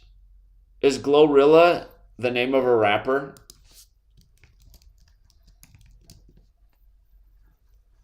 It's a lady? Well, is it a lady? We're in the age of Megan Thee Stallion. Glorilla. It's just one off from Gorilla. I mean, come on, man. Nobody's going to choose that rap name. Is she a rapper? Oh, she's from Memphis, too.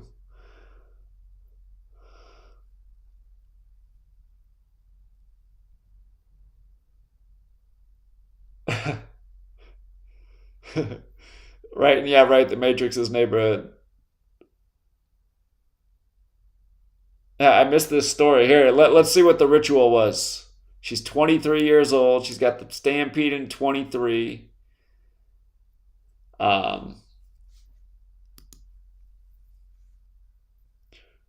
Two women were killed when attendees of Glorilla concert in Rochester, New York rushed for the exits following the show Sunday night. Sunday night, huh? Let me think. Getting amnesia. Oh yeah, that was on March 5th. Okay. So we got another 3-5 rap ritual. Rap 35. R.I.P. to P. Diddy's ex. Remember how they had to put a picture of her standing in front of a sign that said miles per hour 35? But that word. Shout out to Magic 102 in Houston. Darrell told me, hold on, I'm spelling, must be late, I can't even spell the word right. There it is. Darrell's our resident ex-Magic 102 Houston employee. He got to interview everybody. He has literally like a photo with every celebrity you can think of. Like every rapper you can ever think of, every famous black person you can ever think of. He's got a photo with everybody. But Bill Cosby talking about this word, Svengali. And then he gets mad when I say, he's like, Zach, it's Seven-Gali. That's exactly how he said it to me, Seven-Gali. So anyway, he gets annoyed every time I call it Svengali. But I really do think, even if Bill Cosby did teach it to him as Seven-Gali, I think the word is actually Svengali. But if you look up what that word is, it's like the evil hidden hand in the entertainment industry. So you see this number around a lot of messed up rituals. And for the record, like Satan's got the 35 and so does Baphomet. And of course, this happened on a Sunday.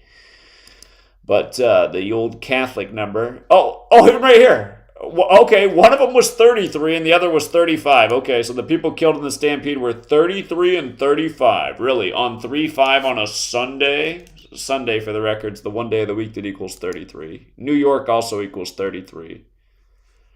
I'm not sure about Rochester. Rochester's 111 like New York.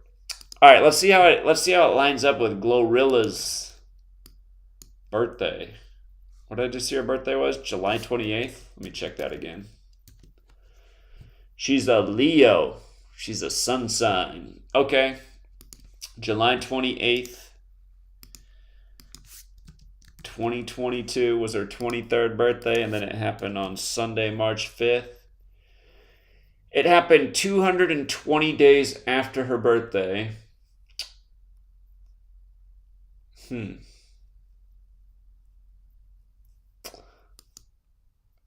That's, I don't know. That number's actually not that interesting, but I see what's up with doing it on 3-5.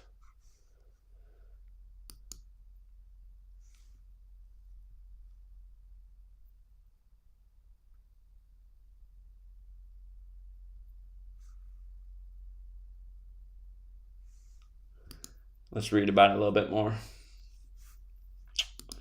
Glorilla concert venue was known locally as a death trap. Must not have very good exits. Death Trap's got the old 39 like New York, 51 like Rochester.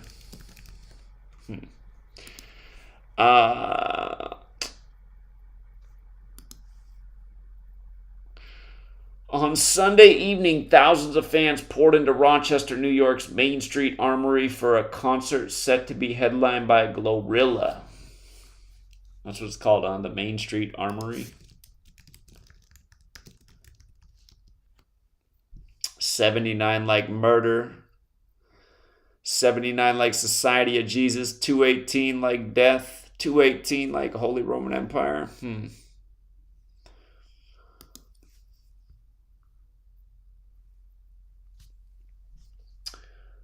Glorilla, one of hip-hop's fastest rising stars. Among them were 28-year-old Tamira de Jesus. Really? How do they actually pronounce it? Do they pronounce it De Jesus? Tamira, or maybe they do, Tamira de Jesus, who had heard mixed reviews about the venue in the past.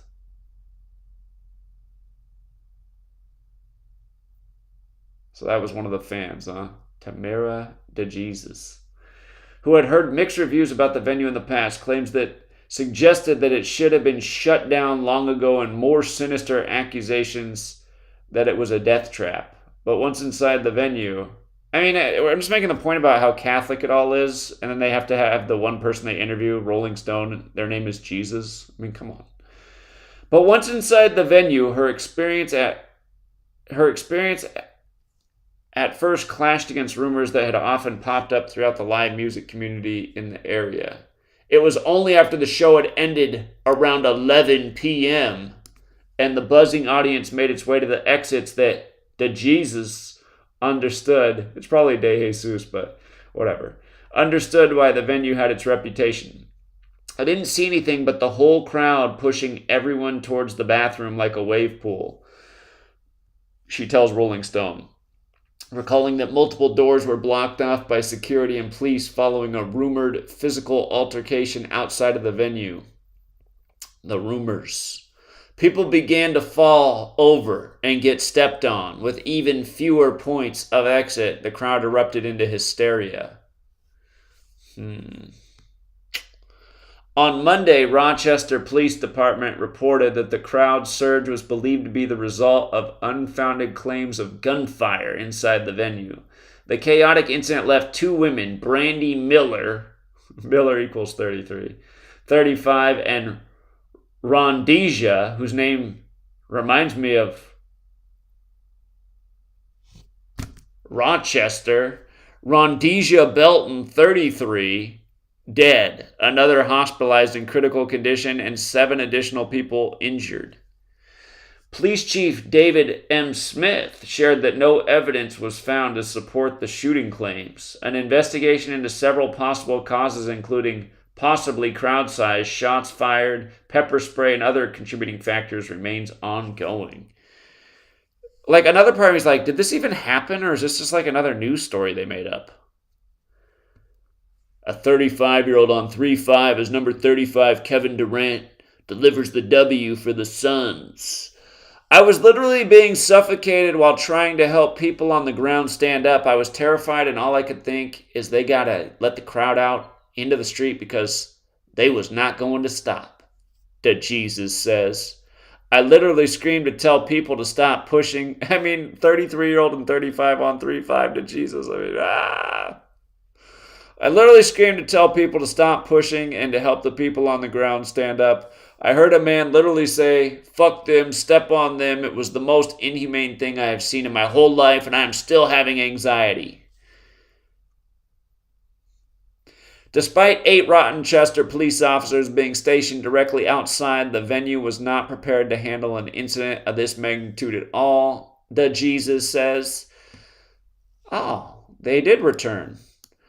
The panic of the crowd paired with the lack of direction and communication from venue employees proved to be a dangerous combination as thousands of bodies pressed against each other in search of an exit.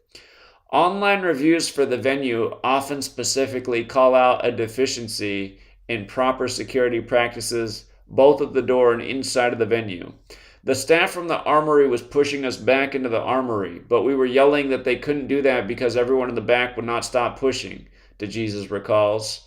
They were trying to keep a huge crowd inside somewhere that no one could hear them instead of trying to keep a crowd out that is pushing and having no regard or sense of community at all.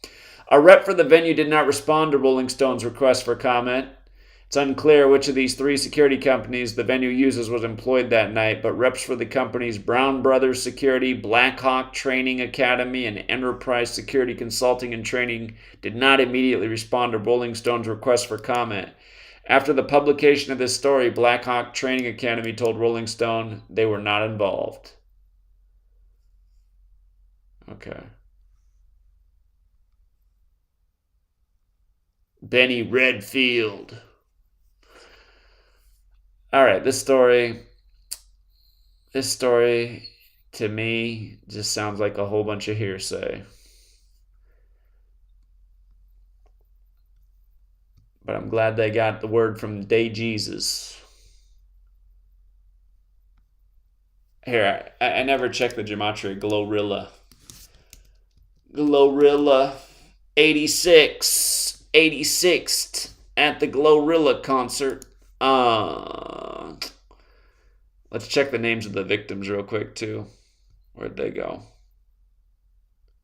I like how they got the dirty concert ticket.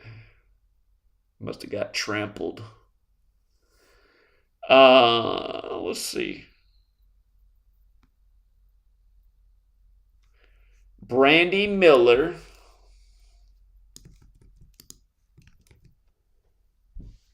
Interesting numbers.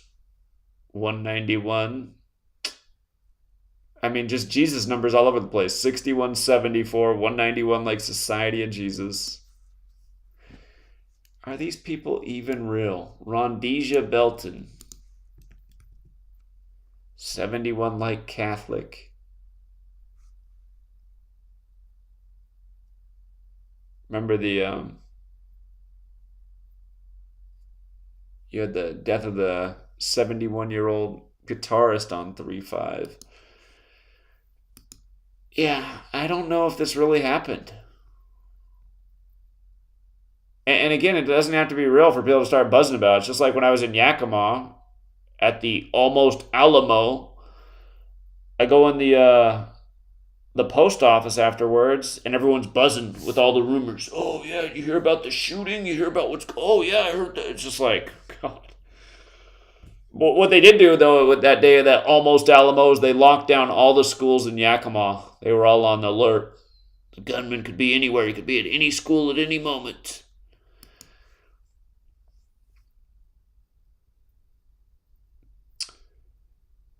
Thank you, Sammy. I appreciate the chip in. 900 Main Street, huh?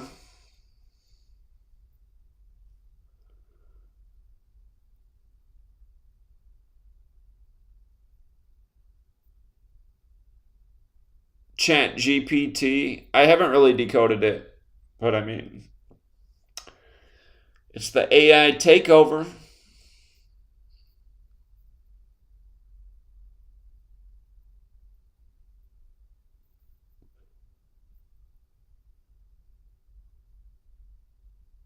You guys might want to do a decode on stocks and companies that equal 23 because they seem to be performing better in 23.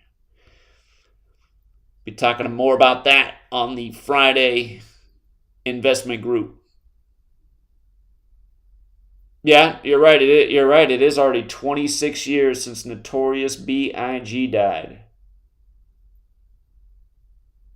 It's weird. I associate his death with Carl's Jr. And the reason I do is because like a Carl's Jr. had just opened by where I lived at the time. Like the first Carl's Jr., they were like this California company that was expanding to our neck of the woods. And I had this friend. He wanted to go get some waffle fries in the morning. And he was just getting into hip-hop music. He was all sad about the death with his waffle fries at Carl's Jr. But yeah, where does the time go? I was like 13 years old. No, I wasn't even. Yeah, I was. I was 13. I guess I was 13, close to 14.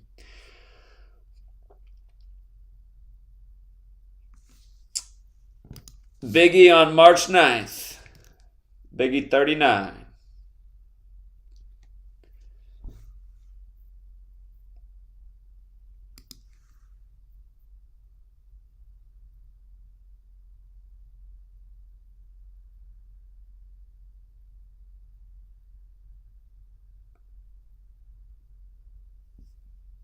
All right, Truth Seeker. We should leave it there. It's past my bedtime. I go to bed at 8:30 now, so anyway. Thanks to everyone who hit the like and the share and who called in tonight. Thank you to the super chatters. And let me make sure there's no more. Hold on. I got to do one more thing before I wrap this up. 2 diets reduce signs of Alzheimer's. Interesting. Occasionally, if there's ever a good news story, sometimes I feel like they do occasionally give some good health tips. They only put out that story at night when no one's looking at CNN's front page. But hold on, let's make sure we didn't miss any deaths today on 3/8. Uh-oh, looks like Bollywood had a rough day again.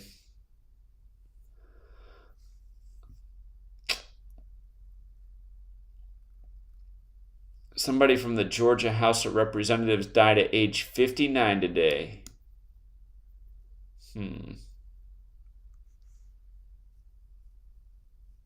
Born in Atlanta, Georgia, the 59 city. Dead at 59. Wait a minute. How can they be born in Atlanta if they're from Nigeria? Doesn't even make sense. Well, we know what happened to them on the kill. Here, look. They're from Africa, really, right? Africa 38, like death. And Bill Gates' favorite country to do all of his medical experiments in. Had to get ready for the pandemic. But, again, Atlanta, Georgia, of course, is 59. So is slave, Negro, blues, Rasta. We don't have a birthday, so I can't do a full decode on that one. But Tish Nagisi. There's some interesting numbers. Following an undisclosed illness. Well, I'm sure that was something along the lines of arsenic. R.I.P. to Tish Nagisi. Born in Atlanta, Nigeria. Okay.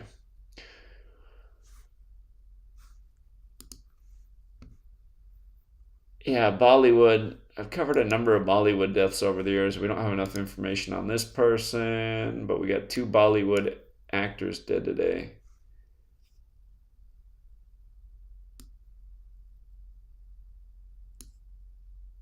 This one's dead 46 days. Wait a minute. Am I doing bad math? No, 36 days. 36 days before the birthday. He's dead at age 66, which means he's dead in his 67th year of life on the 67th day of the year. So, something tells me we'll get some more names added to this list as the days go on that have not been released yet. An Israeli actor died today, too. On 3/8. Jew 38. I gotta see real quick. He was older. At least he got to live to be 87.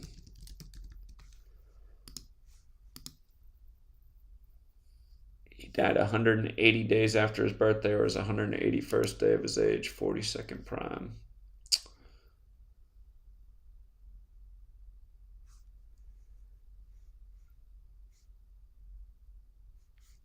Anyway.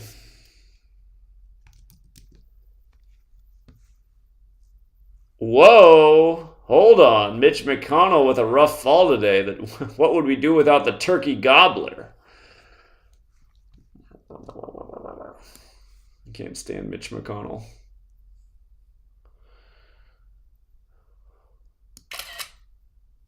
I think he got some surgery on his neck. Doesn't have as much of that turkey effect as it used to. Oh. We got another shooting, supposedly. LA shooting. The Lincoln Heights neighborhood on 3/8. It's Truck Month at Corwin Ford. Stop it. Again, Lincoln does have that 38 connection. Lincoln Heights neighborhood shooting on 3/8.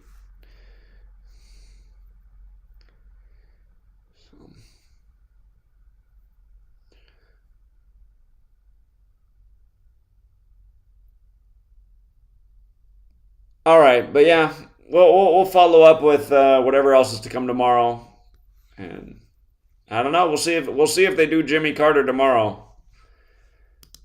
Not only is he number 39 in terms of the presidency, but yeah, hospice, and they've been saying since President's Day weekend that he's on his deathbed. So let me go back and see when that first Jimmy Carter headline broke.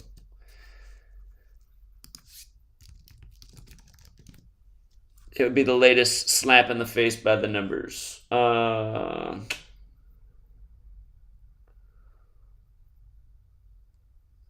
They announced that news on February 18th that he was going to go into hospice care.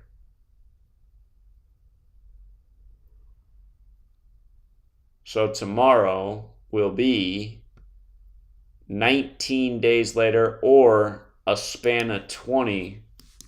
And we do see that number a lot with death. R.I.P. to Lisa Marie Presley, who died 20 days before her birthday.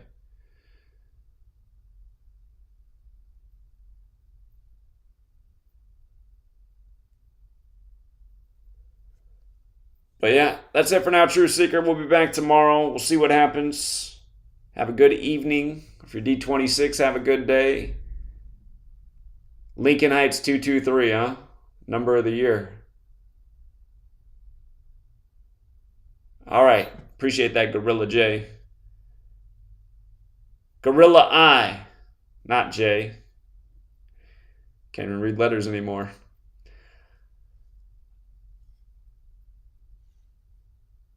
Women's wear daily equals 83 and 70, and the writer dies on 8/3 at age 70.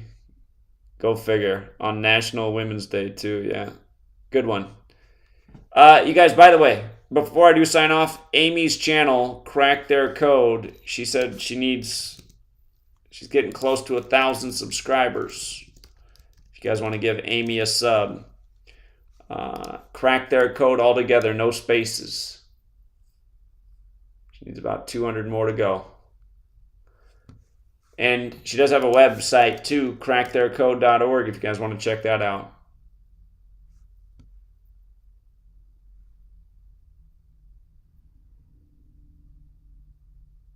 Indianapolis is where they did the Mike Epps thing, huh? Go figure. She's been busy. She's been posting away during the show. Amy's on the grind like yours truly. Keep it up, Amy.